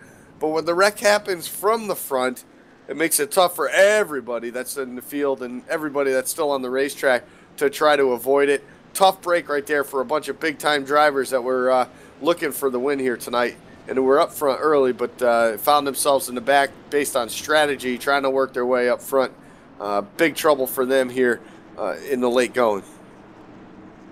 And the point that I was going to talk about there before it all broke out is that the 48 and the 24 working together in the regular season, outside of this all-star race, there's a chase that you need a win to get into. So you would expect a guy like Josh Ball, if he had a win, and a guy like Josh Hanner, who if he didn't have a win as teammates, for that to happen, for him to try to help his team out. However, in the all-star race, there's no, points for second place. There's no I-5 bonus going into the next week for finishing in the top 5. You win or you lose. That's, that's basically the reality of the all-star race. So it's great to see Josh working up there with his teammate. Now we're good on fuel. The guys that come down pit road, they're going to top off again. Even for Josh Ball, who said he wants the Gable Indy, I think these 3 cautions, since he pitted and saving under the yellow, should be enough as well for him to make it the distance. We'll find out, though, as we enter the final 25 laps at the Talladega Superspeedway. We'll step away for a moment and once again go LSRTV nonstop. You're watching the iSuperspeedway.com Racing Series All-Star Invitational from Talladega. The race to the checkered flag in just a few. Less than 25 to go. You're watching LSRTV, the voice of sim racing.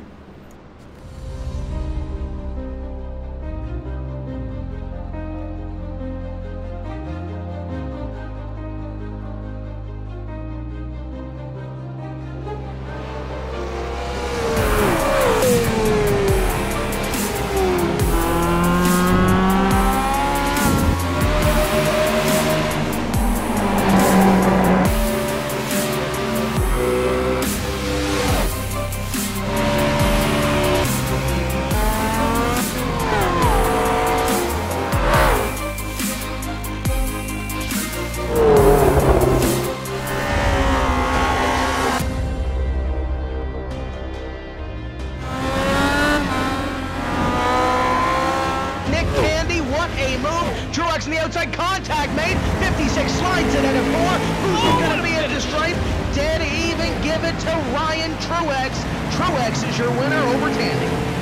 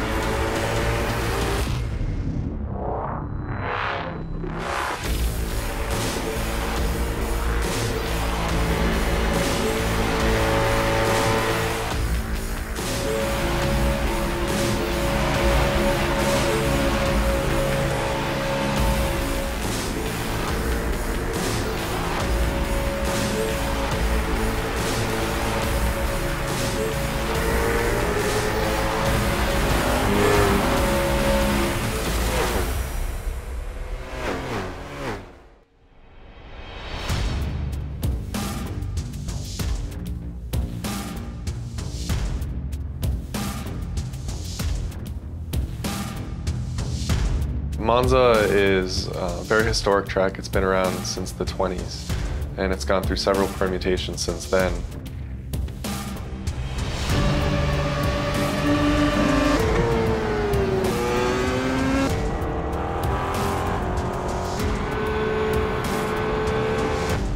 We're also bringing forward a number of configurations. So there's chicanes that they've installed since the track's early days. So they can use original, very high-speed configurations of the track where the cars would just blow through where the chicanes are today, or they could use a more modern version. So it's a pretty cool, compelling track.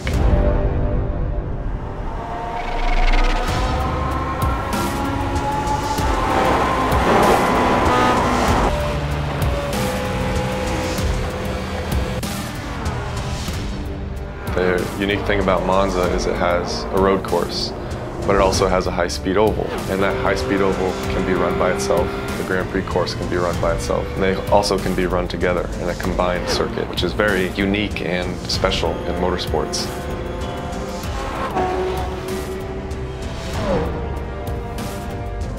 This was one of the more challenging projects that we've undertaken. It was essentially building two tracks in one. It took a lot of time and a lot of care. Want to welcome you back to the virtual Talladega Superspeedway tonight on LSRTV. Evan Pasoko and Andy Kessler up at the broadcast booth with you as we close in on the end in the iSuperspeedway.com Racing Series All-Star Race. Coming in for season number 5, and we get set for a restart after an incident that started on the front row. Now it is all Hendrick Motorsport Chevrolets, 48 on the bottom and 24 up top. Yeah, and a few other guys I'm noting just behind these guys.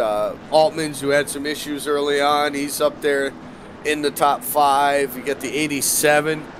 Ray Ritnar, we haven't talked much about him. He's up there now in the front of this pack. A bunch of guys. Shane McKeechan obviously has been up front, but he had some issues. He's now worked his way up, back up into the mix here. So is Pacini. So a lot of big-time guys. We had some getting a big wreck right there under this last caution, but we still have some more guys that have had some issues, but now find themselves back up front. The base car down and away in as they cycle through the tri-oval, give them an extra 100 or 200 feet across the start-finish line. Green flag back in the air. 23 laps to go. At Talladega, contact. There goes Jason Altman's hard into the outside wall. The big one strikes in turns 1 and 2.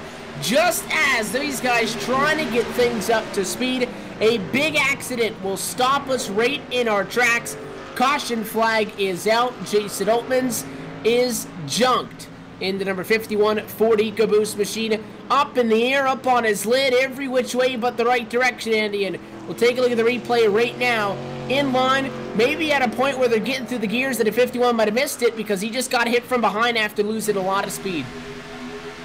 Yeah, the 7 of Wofford got into the back of him. I think it was a little unexpected, but you would think that the car wouldn't flip and and jump that much, being at the speed they were going at, but it was just enough, man. A rough ride right there for the 51 car. Up in the air, like you said, flipping a couple times, barrel rolls, all over the place. And again, getting up to speed, it's probably one of the more treacherous times, but I don't think you can see anything from that besides a missed shift or something, because that car just slowed, or didn't keep going rather, and everybody else just kept up at speed. Nonetheless, he got hit, turned around, about 4 or 5 guys really getting torn up in that one, and a caution flag comes back out and will now bridge us into 20 to go. With that, we'll set you up for a commercial-free broadcast through the end of this race. So what we'll do, we'll step away one final time during racing conditions and go LSRTV side by side yet again. Things continuing to wind down. The cautions starting to fly. We'll see how this one shakes up. We'll be back in just a few.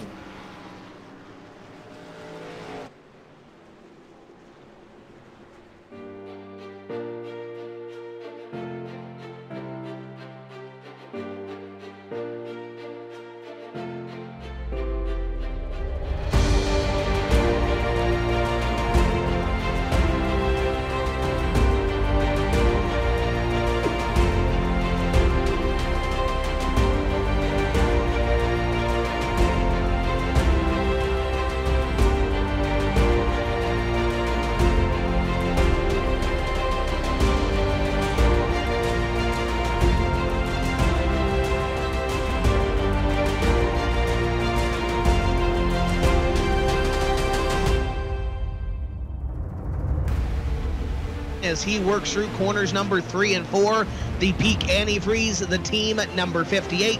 And unofficially, he will come across the line as the 2015 NASCAR Peak Antifreeze Series champion. Kenny Humpy will win his first title. This is what it's all about, Tim. Simply put, now look at Ottinger and Humpy. Ottinger running defensively, Humpy following every bit in his tire tracks. Side by side going into turns 3 and 4. Humpy's got the advantage, but Ottinger's not going to. Oh, he got into him! Ottinger gets into the 58, turns right into him, and that ends Ottinger's run. Kenny Humpy will go to victory lane. Kenny Humpy now looks for the lead on Nick Ottinger, working lap number 61, closing in on the halfway point.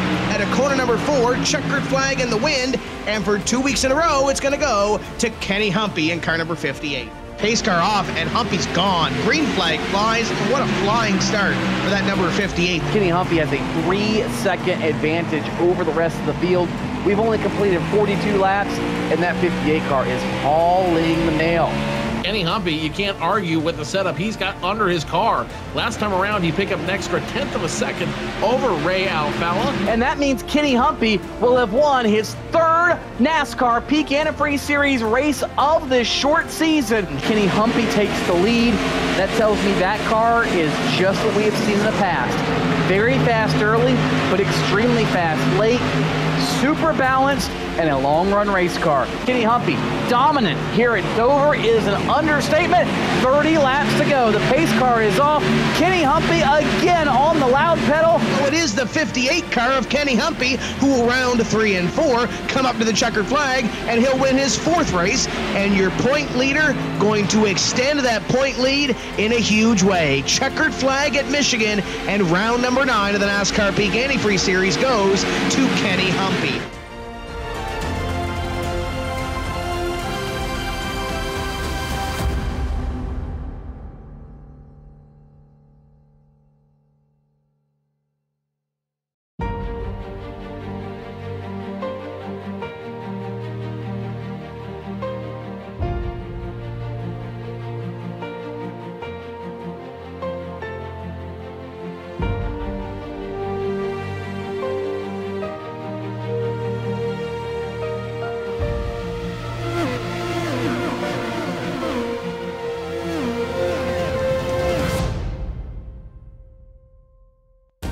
But here comes Greg Ahutu into Canada corner for the final time. Just 2 corners left to go before he mildly makes himself a triumphant return back to victory lane. He has led 38 laps of this event here today, and Greg Ahutu once again is a winner. Greg Ahutu will work himself through the Cobra Parabolica. he will claim his 46th victory in iRacing.com World Championship competition. Gregor Hutu, for the second race in a row, reigns supreme. The one thing that I think is the most important is we've been racing this Ground Championship Series for quite some time now, a very long time even at that, and he is the only driver to have ever won a professional road race at Watkins Glen. But there is nothing that could crack that finish #1 Team Redline driver. Gregor Hutu worked himself out the final corner, and just as he did in 2010, 2011, 2012, 2013, 2014, in 2015, Hutu once again wins at Watkins Glen. Hutu will come across the line and takes the win. Welcome back live to the virtual Talladega Superspeedway. LSRTV bringing you through the end of the iSuperspeedway.com Racing Series Season 5 All-Star Race from Talladega, Alabama.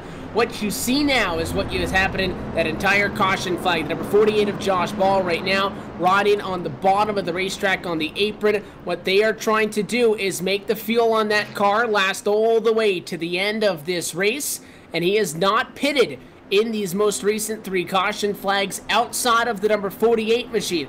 Everybody else, for the most part, has come down and topped off at least once.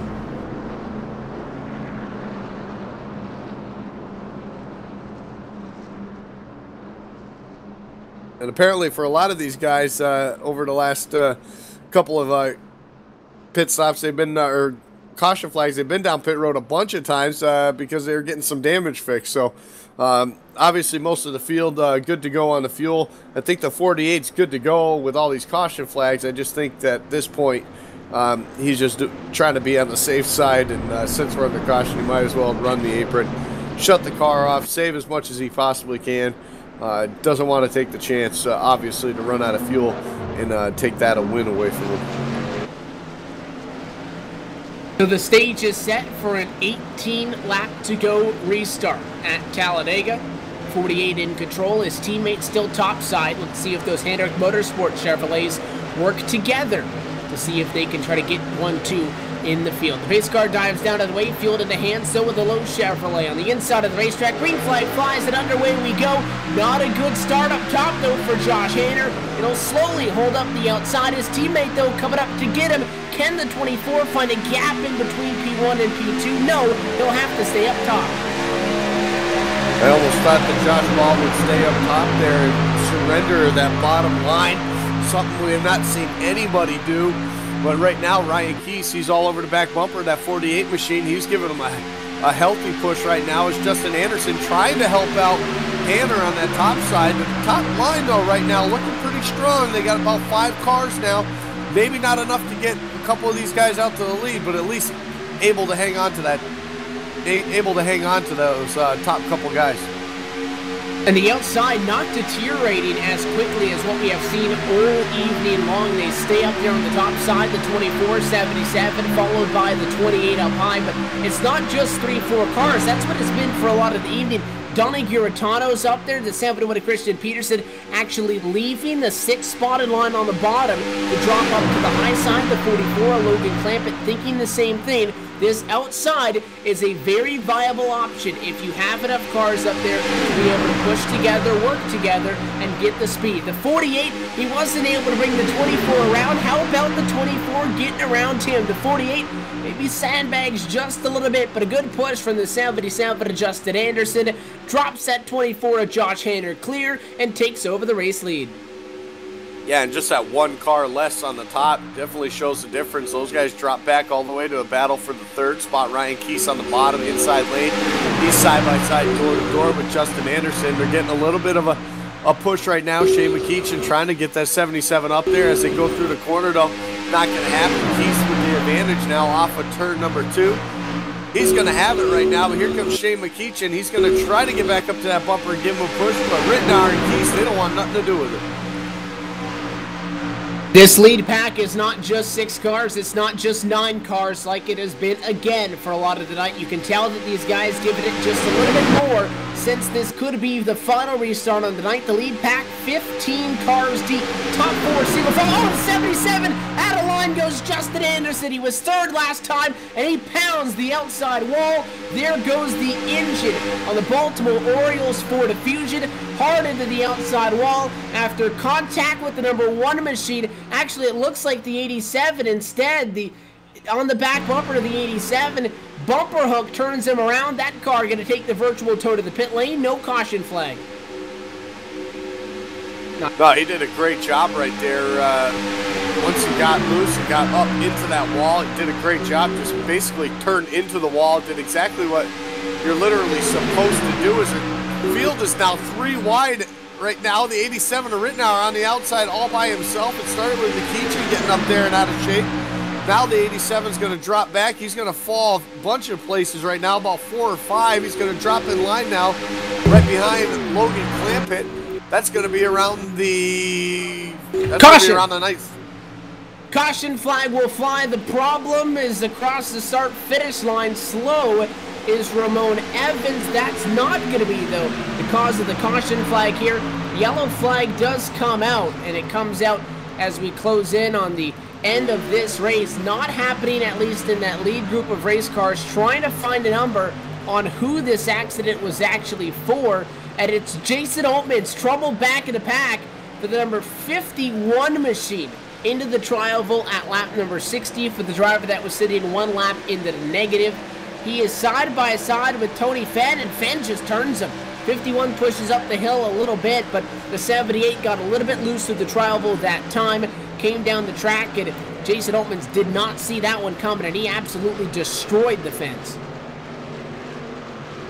Yeah, destroyed the fence, destroyed his car, destroyed his chances for winning an all-star race. So, unfortunate incident right there. It happened early on to Altmans. He was able to get that car fixed up, got him back out on the track, put himself back into contention late in the going.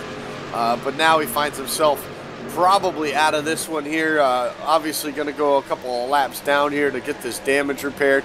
It's most likely you won't see that car out here again. So an early exit probably for the 51 machine tonight.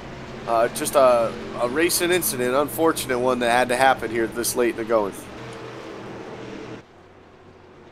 And I'm talking about Christian Peterson. We saw that 3 wide the lap prior where that 87 machine got spit out to the outside. That was more of a case where instead of the 87 and the 28 going high because it was Rittenauer up top and Mikichin up top, that really wasn't a case of those guys, being on that 3rd lane as far as maybe, them jumping up to try to pass somebody. That was a reversal of what we normally see. Christian Peterson just wanted it more. The target ticket machine through the middle of the racetrack, and there's a lane there, sure, but I mean, he's right on both of those guys' door. The 87 just followed me to 28, not expecting another guy to come in there hard into that corner, comes through, makes the move, and with that, he gets himself in good spot for this. Problem is, he passed one too many cars because the caution came out when he was in 4th. That'll put him on the outside of the row number 2 and the number 4 starting spot. But Josh Hanner leading this race right now for the 24. We go back to the long stretch earlier in this race, Indy, where he was not part of the lead group. He was back 13.1 seconds after that green flag cycle of pit stops had just completed itself. He stays out, comes up front, and then him and Josh Ball playing the fuel game, trying to stretch it, and it was close. It's probably still close, but I feel like they've had plenty enough cautions to make it all the way. At this point, a race-winning move if either of those guys take it. Both of them, though, different storylines. Josh Hanner started 21st. Josh Ball started in 1st. Quite the contrary compared to those two guys. Yeah, it is, but that just shows you the diversity with this track. Doesn't matter where you start.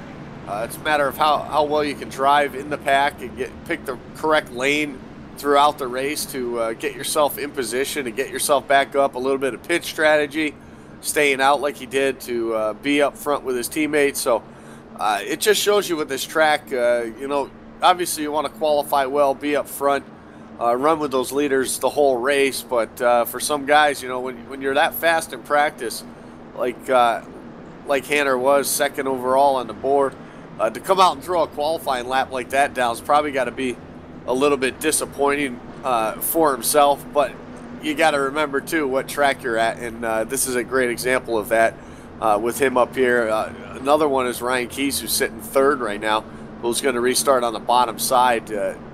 Started all the way back in 23rd, so two of those guys right there just showing that starting in the back is all not that bad of a thing at a racetrack like this. And we'll try to dial up our in-race reporter one more time and see. Josh, you got a copy on the radio? Yeah, I got you, Evan.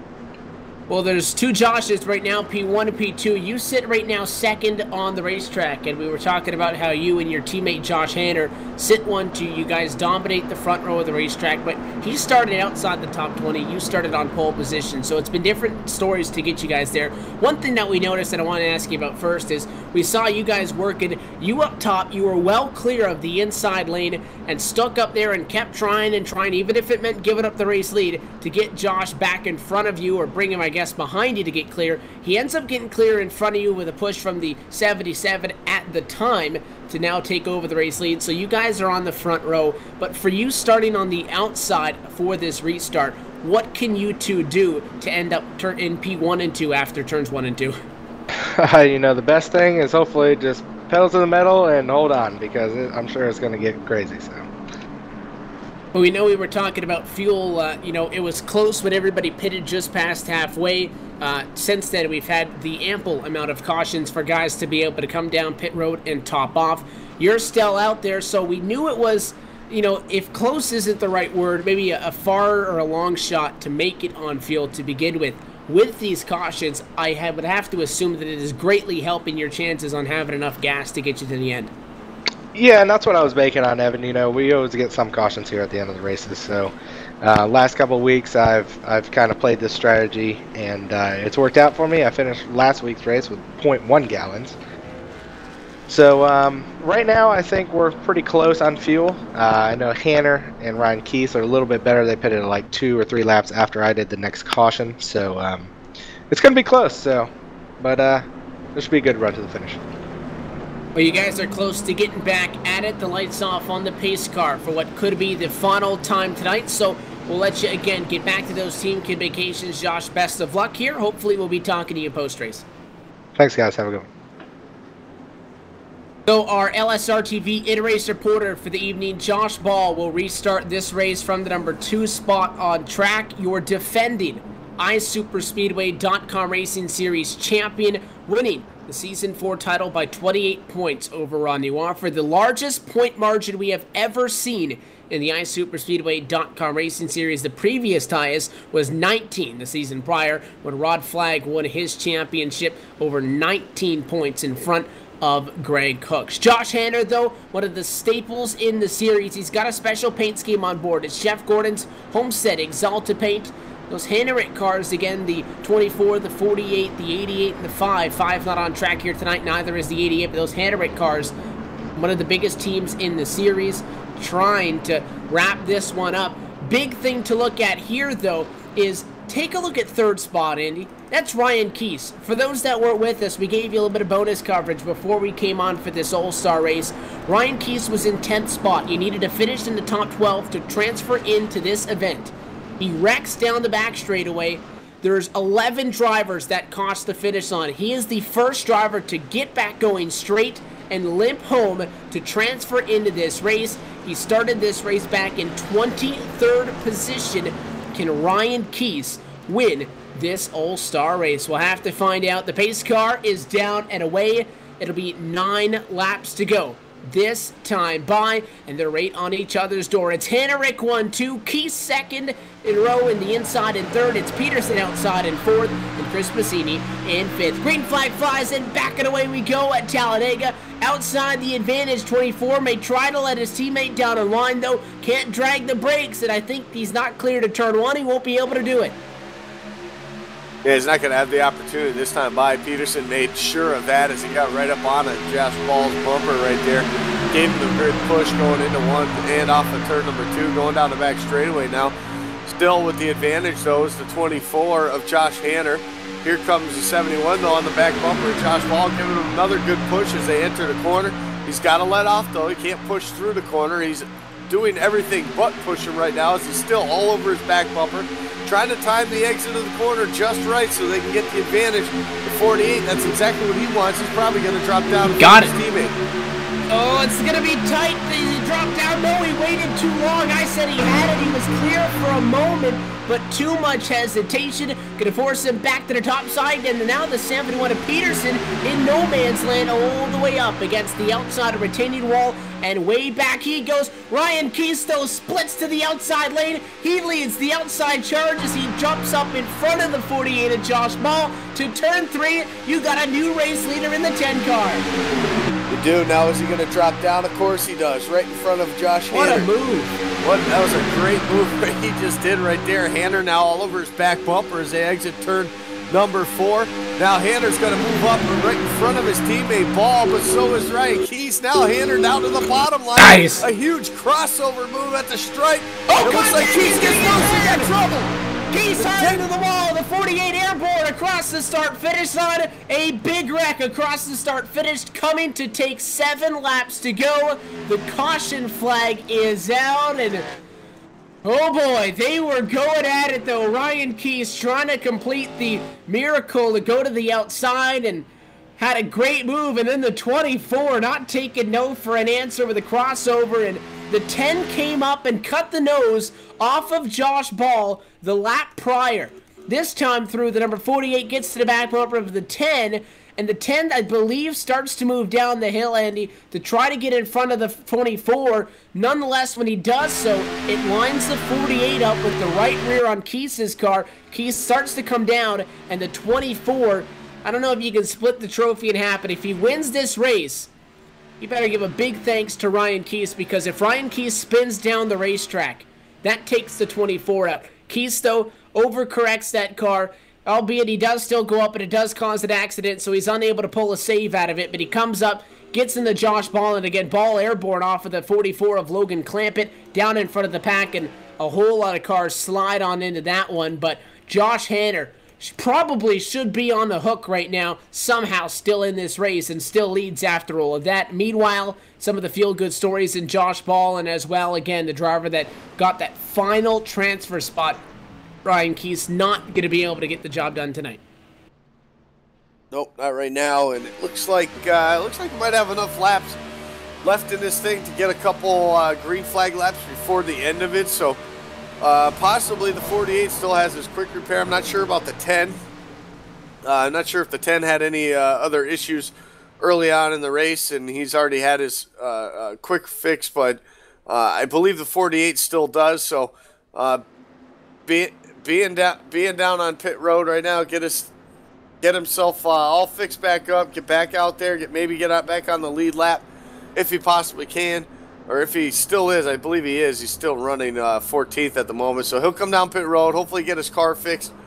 Josh Ball, though, he's going to have a lot of work cut out for him to come all the way back from 18th to get up there and try to get himself an all-star win. And to clarify that rule, again, you're not allowed to push in this series. That includes no pushing in turns 1 and 2, in 3 and 4, and the tri-oval. You're allowed to push down the back straightaway, and here in Talladega, Daytona as well, the same kind of tracks. You're allowed to push in the short chute out of turn 4 to the tri-oval, get off each other in the tri-oval, then out of the tri-oval to turn 1. However, that incident, I don't think that would be a rules infraction based on how we've seen that be policed this season. You're allowed to give somebody a tap, you just can't hook up with that car. So I don't believe that would be an infraction of the rule. I think it's just an unfortunate situation, Andy, of everybody's going for it at that point. The 10 probably, you know, did a move that he probably shouldn't have done on that 48 to Josh Ball, because he about wrecked the 48 when he came up in front of him. 24 about turned him when he went to the bottom. So, you know, that's just a whole lot of guys racing, not giving it in. And I don't think, you know, you can really blame that for much more than a racing incident, because the 48 gets him in the right rear ever so slightly, but it's in a part on the racetrack where those cars are loose enough to begin with, and that little bit of contact is all it took to send those guys for a race. But you are correct, with that caution coming at about 7 laps to go, I think it was, just as we began lap number 69 of 75 here tonight. This does set the stage for one final race to the checkered flag and a restart. It is to be noted that, again, there are no green-white checkers in the iRacing service, which means that a caution flag would end this race if it comes after we go back green and before we get the white flag. If we get the white flag, nothing's saying how many guys will make it across the start-finish line after that. Yeah, it might end up being like that open race we saw just before with a big wreck off of turn number 2 in the All-Star Open. And, of course, the 10 came limping across in that final transfer position. So anything can happen in these races. When you mix in the fact that points don't matter and it's an all-star race, big trophy to take home, you can even say there's probably less to, to be forgiving for. You're not going to see any give here. You're going to see a lot of take by a lot of these guys. And this top 5 or so here, there's a few guys that just still we didn't talk about all race long. You know, a guy like Rod Flagg, who spent a lot of this race a lap down and finally able to get back on the lead lap, has enough fuel, able to stay out. Now he's going to restart up there in that 5th position, so on the bottom side too. So for Rod Flagg, I think he's in a great position for these final few laps. Lights still on the pace car, which will set us up for about, if they go off the next time around, it is going to be a green-white checker to determine the end of this one. The damage number 10 is now repaired, and getting the wave by as Ryan Keese go around top side to rejoin the lead lap. However, actually being 2 laps down, he'll only get to 1 lap to the negative unless he can get a second wave by from race control. That may just be it for him without another caution to get a wave by and have the opportunity to go back green. Even realistically, if you get back to the lead lap, can you win it from 14th and 15th? Sure. Is it probable that you'll win from 14th and 15th? Probably not, but I'll tell you what, we have seen stranger things happen here at Talladega before, especially in this series, which never fails to surprise us. No, each week it's something different, different names doing it. It's been a great season so far, and this All-Star race is definitely not going to disappoint in this finish. So it looks like the pace car is going to turn its lights off right here, Evan. So it looks like exactly 2 laps to go is going to be what it's going to be for these drivers. So a lot of names up front that were up front, then went to the back. Now they're back up there when it really matters. So Chris Bassini's one of them, the 44, a Clampett. They're all eager to get the win. Clampett trying to sweep the night as he won the truck race earlier on this evening. Of course, we talked about Rod Flagg being up there. Rittner's back up there in the mix. So is Donnie Giarratano too. So a lot of cars. Even look at the 07 of Derek Walker. Had some issues early in the race. Went down multiple laps. But with all these cautions, able to be back up in the lead lap. Now he's sitting in that 10th spot with a chance to get himself up there, possibly a top 5, or even, who knows, with a wreck, it could be a win. It's a green-white checker at Talladega with all of the marbles on the line. Much like a discussion we could be having later on this season when it comes down to a championship, there's nothing you get for second here tonight. You want to win the All-Star Open, you want the trophy for it, and as well, you want to get locked into this event for the seasons to come. So with that, well, the stage has been set. Josh Hanner is your race leader. The number 42 of Seth the Merchant up on the outside of the racetrack. Chris Bassini, Logan Clampett, Rod Flagg inside of the top 5. It's Ray Rittenauer, Donnie Giarratano, Shane McEachin, Daniel Ferguson, and Derek Walker inside of the top 10. The pace car going to get down and away. It'll be the final time you go back green here tonight at Talladega. Pace car going to dive down, make that sharp left-hand turn to safety. Hanner, when does he go again? He cannot go before the drop to green, unlike in many scenarios where in iRacing you can go from when the pace car dives to the sim actually throwing the green. In this series, you got to wait all the way until the sim tells you when to go. They round through the trial vote for one of the final times tonight. It'll be 2 laps to go. Green flag in here, and it's Seth the Merchant on the outside of the racetrack with a push from Logan Clampett. Is it enough, though, to dive down to the inside and try something? No, he can't get clear. No, he can't get clear. Tough start for Josh Hanner, but he's able to bounce back right now. A little bit of help from Bassini on the bottom side. That top side, though, Clampett. On the backstretch, there they come. Eager for a win. Here they come down the backstretch now, that top side. Seth the Merchant, will he leave his teammate out to dry and drop down in front, or will he stay on the high side and try to make it happen? On the bottom, though, the advantage is Josh Hanner, helped by Piscini. Piscini, it looks like he's going to have him clear off of the corner. A 2-car breakaway now as they exit turn number 4. It looked like the outside may have had the advantage going down the back straightaway. However, the inside came back strong. It's going to be the white flag this time by 2.66 miles from home for Josh Hanner. Pushes from the one of Chris Piscini. The 87 array written out of the second on the inside. He sits in 4th spot. Up top, though, Seth the Merchant and Logan Clampett. What can they do, if anything? Piscini doesn't want around second. He goes to the outside. The inside is open. The Merchant tries to jump down. No Ray Rittenhour's there. That spot is not. And on the outside to turn 3, can he get clear Piscini for the final time in 3 and 4? I'll tell you what, Andy, it's going to be a drag race at a turn number 4. Inside, no help though, the 24, he does not have a push. And on the outside of the racetrack, the 1 car, he is going to drop down. Does he get clear to the start-finish line? The All-Star win. Chris Piscini going to get the job done at Talladega. Josh Hanner comes home in 2nd, and Seth the Merchant will finish in 3rd position after that 1 car decided that Bridesmaid was not enough. No, it wasn't. You talked about nobody being able to win the first B main per se, and then come back and win the A main. Well, we have that tonight as Chris Piscini was able to win the Open earlier on tonight. Makes a bold move. Now he gets a little celebratory spin into the turn number 3, but he did a great job with that. A great move to jump out in front of Seth the Merchant. The Merchant able to get him as we watch a replay.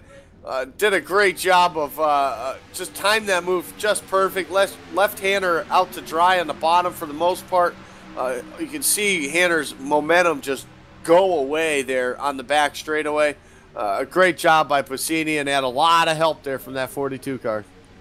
His teammate may or may not have hooked him around, and that may or may not have been Greg Hooks, ironically enough. I'm sure the 88 would, be proud as well. His team running very strong tonight. Josh Hanner, the 24, finishing as the top Hendrick Motorsports driver in the field tonight. Obviously, the 88, the 5, not here this evening.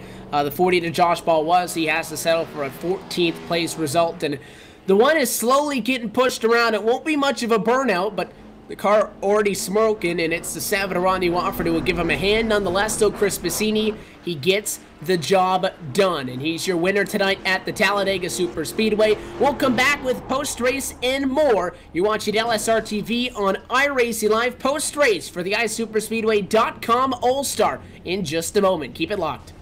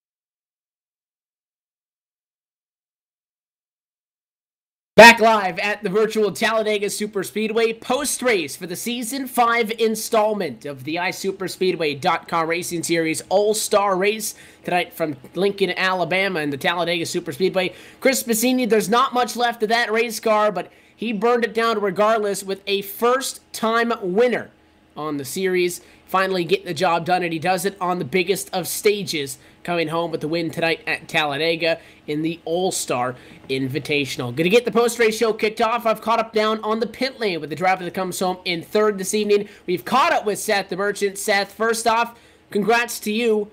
We were talking about those Hendrick boys, but your team did not give up by any means. They were running at one point first and second, but they started 21st and first. So you had a pretty good night as well. Not a whole lot of crazy stuff going on, but the car was in contention for a lot of it. And by the way, nice paint scheme on board that Chevy. But you start third, you come home in third tonight. Walk us through that All-Star Invitational for you. Yeah, me, CP, and Logan, we were planning on working together there. And we ended up having a really big lead after the first run, but somebody wrecked during it, like right after pit stops, so that bunched us all back together. And then about with the 30 laps to go, we had a caution, and we didn't think we could make it on fuel from where we were at. And we just made a bad call and pitted, and it put us in the back, and we had no time to do anything because everybody just kept wrecking, you know. So we only had a few laps, and we got a break. CP made it 3 wide. We got a big run, and we got up side by side with the leaders. And with that, again, you talk about those cautions at the end. The caution's a big part of this because those guys that stayed out instead of coming down the top off, which we know you guys did, it allowed them really to make it to the end on fuel. Without those cautions, do you feel like you guys were fast enough to be able to get there? And, it could have been just one caution less would have been enough, but you guys just get back up to third and it ends up at the end. Yeah, there was plenty of time to get back up there, but we were kind of banking that everybody in front of us didn't have enough to make it. And we were kind of hoping it would stay green, but that didn't work out.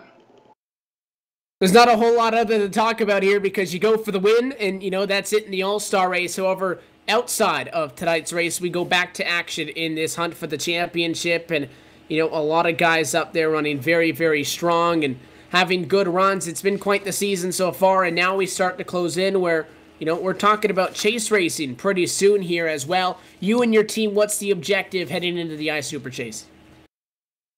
Christian's already in. He got the win earlier in the season, and I think I'm about 15 points out right now on points, but we're gonna try to get a win for me here. I think we have like 5 or 6 races or something left before the chase starts, so I think we can get a win if we could just work together. Because then we got Logan now. Logan started working with us this week. He got the Iowa win. You gotta congratulate him. I was gonna say he made quite the splash in the trucks to start with. Yeah, coming out and winning that race is pretty impressive first start, but yeah, just see if we can all make chase. I don't know how far out Logan is and if he's even able to make it if he gets a win. I don't know if there's a rule or something, but we're gonna see if we can get him in too, if that's possible. Well, we know you guys have the speed to do so, and Chris Bassini ends up winning this one, so we'll talk to him in a moment. Seth, though, for you, sponsors and shout-outs, who do you want to thank for powering you, that car, and that team entire season? I just need to thank the guys at Six Man, Logan Clampett and Christian for working with me in the race. I got to thank Rod for putting on the league, and I got to thank you guys for broadcasting, and iRacing for putting it on iRacing Live. Getting a lot of new viewers, it's pretty cool. Do want to thank you for sticking around and chatting, Seth. Again, congratulations to you. Best of luck to you and your team. We'll see you when you guys go right back to work, and for the first time in about a month, we won't be at Talladega next week. We'll see you in Daytona. All right, man. Thanks. Your third place finisher tonight is Seth the Merchant, the lone Hendrick car that stays up there, and it looked like it was tailor-made for these guys. However, the 48 can't make it to the end, and Josh Hanner not enough coming to the checkered flag. In this one, it's still a solid second place finish for the series veteran, and Andy, you've caught up with the driver of the number 24 car. That's right, I am down here on pit road with the second place finisher, driver of the number 24 car, Josh Hanner. Josh, one spot short. It looked like you were in the catbird seat there for most of this one. At the end here, you and your teammate working real hard with Josh Ball. Guys kind of battling who was going to be in front and who was going to be where. But at the end of it, you looked like you had what it was going to take with the one car there, giving you a little bit of help. But then last second, he decides to make a bold move and jump outside and kind of broke your momentum there. And that was about all she wrote.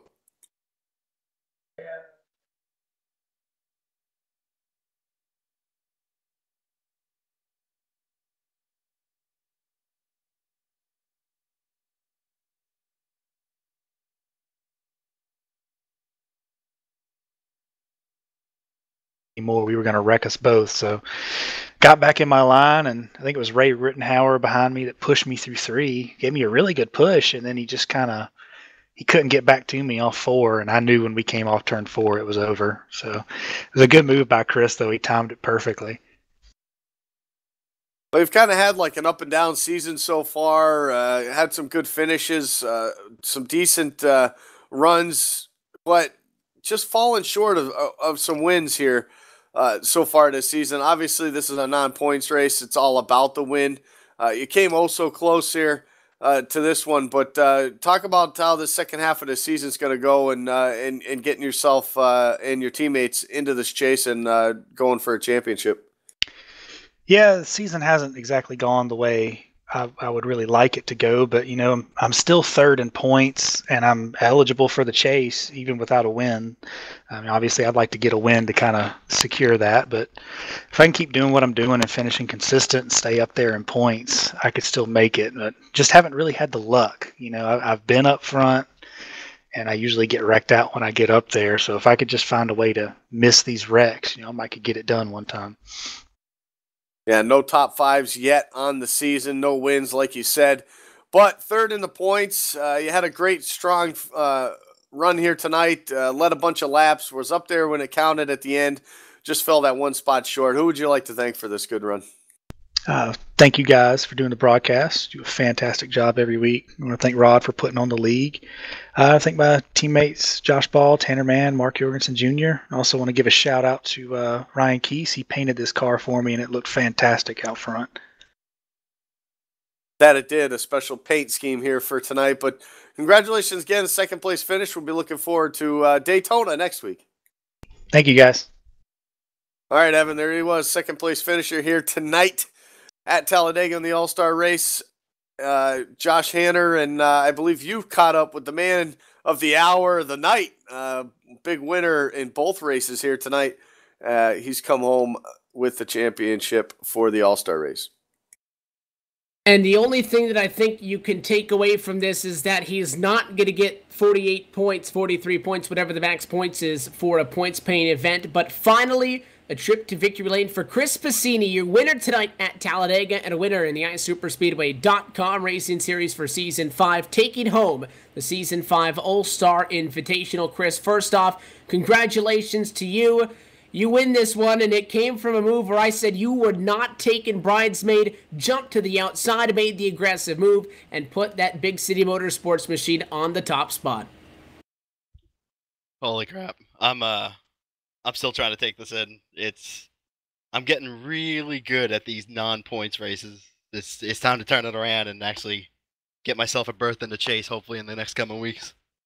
Well, they do say that momentum is a big factor in racing, and we know that these races are so difficult to win, and you guys have had many a strong run this season. You and your team even had a very good start to this race. You're the last one standing when it comes to all of that, but you walk away a winner in this race. It was a crazy one. It looked like the Henrik guys had that front row locked down for the most part. I know you work it with Seth and as well Logan. It's pretty good company tonight. You guys come home 1, 3, and 5 as well as your other team cars, but I mean, through this race, next thing you know, there's an accident up front, and you find yourself in a position to make that move. Was there any hesitation jumping up to the top side, or as soon as you saw that spot, you knew you had to go for it, considering how difficult it would be to find another opportunity in the 3/4 of a lap you had left?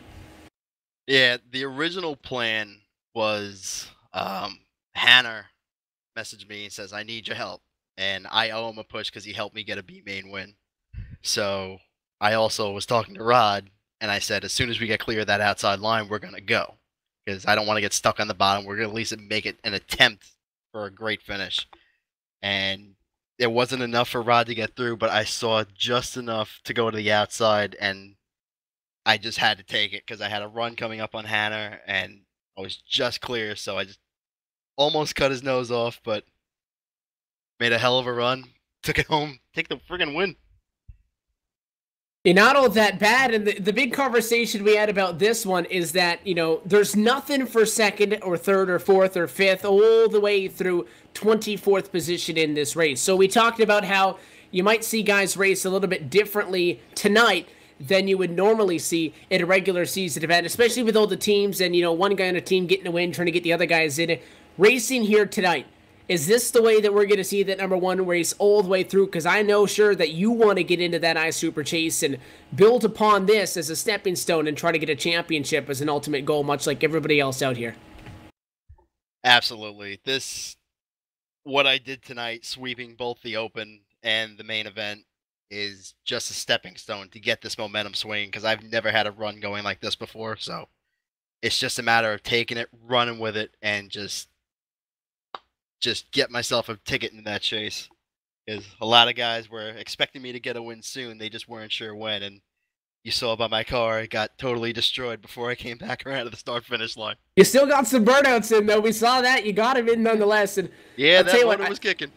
I always say that nobody has ever won a B main and an A main. We've yet to see that on LSRTV. And I'll be fair that it's not a regular feature race tonight, but for the first time in a doubleheader inside of our Friday night doubleheader with the trucks in it as well, the iSuperspeedway.com racing series, the first time we've ever seen somebody win the qualifier race and win the main event. So as well, kind of breaking a barrier down there. So the first time we've ever seen that, Chris. It's a well-deserved win for you, a great run for you and the team, and we're excited to see what comes next. Well, we got you here, though. Sponsors and shout-outs down in Victory Lane. Who do you want to thank for this one?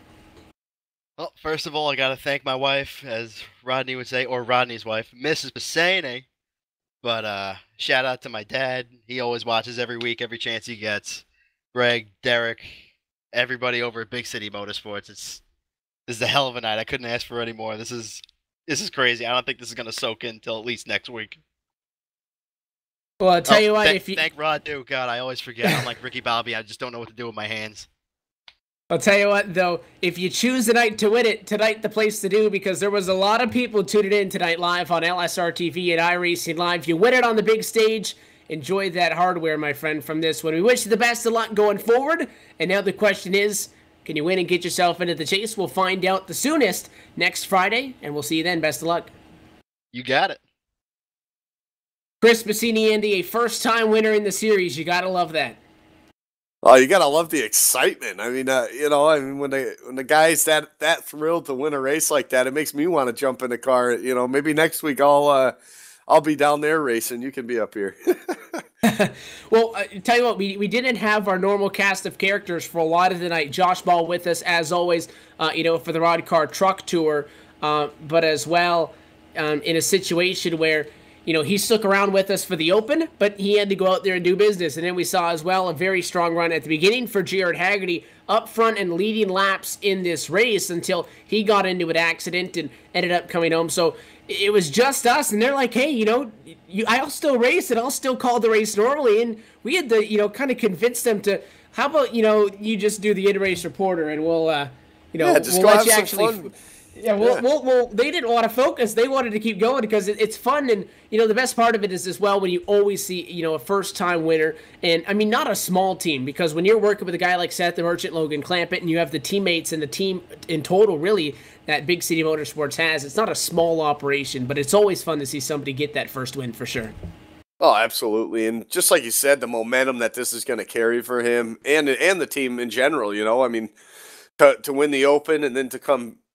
he had to qualify to get into this race, and he qualified by winning the Open. So, he's on a huge momentum swing, and we'll see if that can carry over. I mean, racing at a super speedway week in and week out is a tough thing, just because anything can happen. We see it week in and week out with the wrecks, and a lot of it's out of your control. Somebody else's problem turns into your problem. So, momentum swings in this type of racing can happen both directions. We've seen it with the 88 in the past few weeks, having some issues and having to drop out of races early. And when earlier in the season, you couldn't get the guy out from the top front, Jorgensen Jr. So, it can happen both ways. You know, we've seen Rod Flag have the issues last week, and so it can go both ways for everybody. And right now, they're riding a high right now, and hopefully they can continue the momentum onto Daytona next week.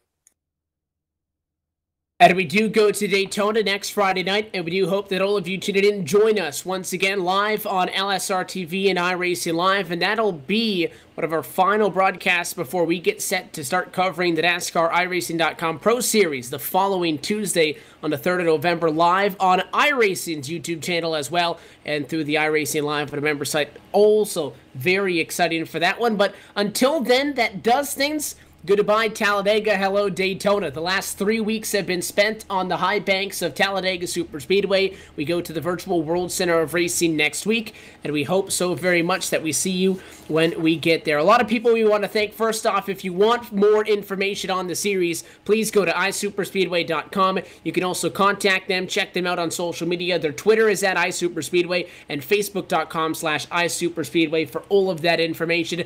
Big thanks to the Rod Car Board of Directors, the Vice Chairman of the Board, Rod Flag, the Frank Busilia as well, Competition Director Josh Anders, all of the drivers on the General Review Council. You can stay up to date with everything LSRTV, including information on what you see here on Friday nights, what you can see on Monday night, what you can see on Thursday night, and Tuesday nights coming up as well. All of that exciting stuff you can find online at livesimracing.com. Also, like us on Facebook to stay up to date at facebook.com/livesimracingtv. A big congratulations one more time to Chris Piscini, a first-time winner in the iSuperspeedway.com Racing Series. He takes home the All-Star win. Now, a win next week would mean that he can fight for a championship. We'll see you then. So on behalf of the entire LSRTV team and the booth crew for tonight, on behalf of myself, Evan Pasoko, as well for Andy Kessler, a big thanks to Josh Ball as well, and for our executive producer, Laura Lawson. We thank you so much for tuning in. We bid you farewell and good night from the Talladega Superspeedway. We will see you next Friday for another LSRTV Friday night doubleheader right here on LSRTV and iRacing Live.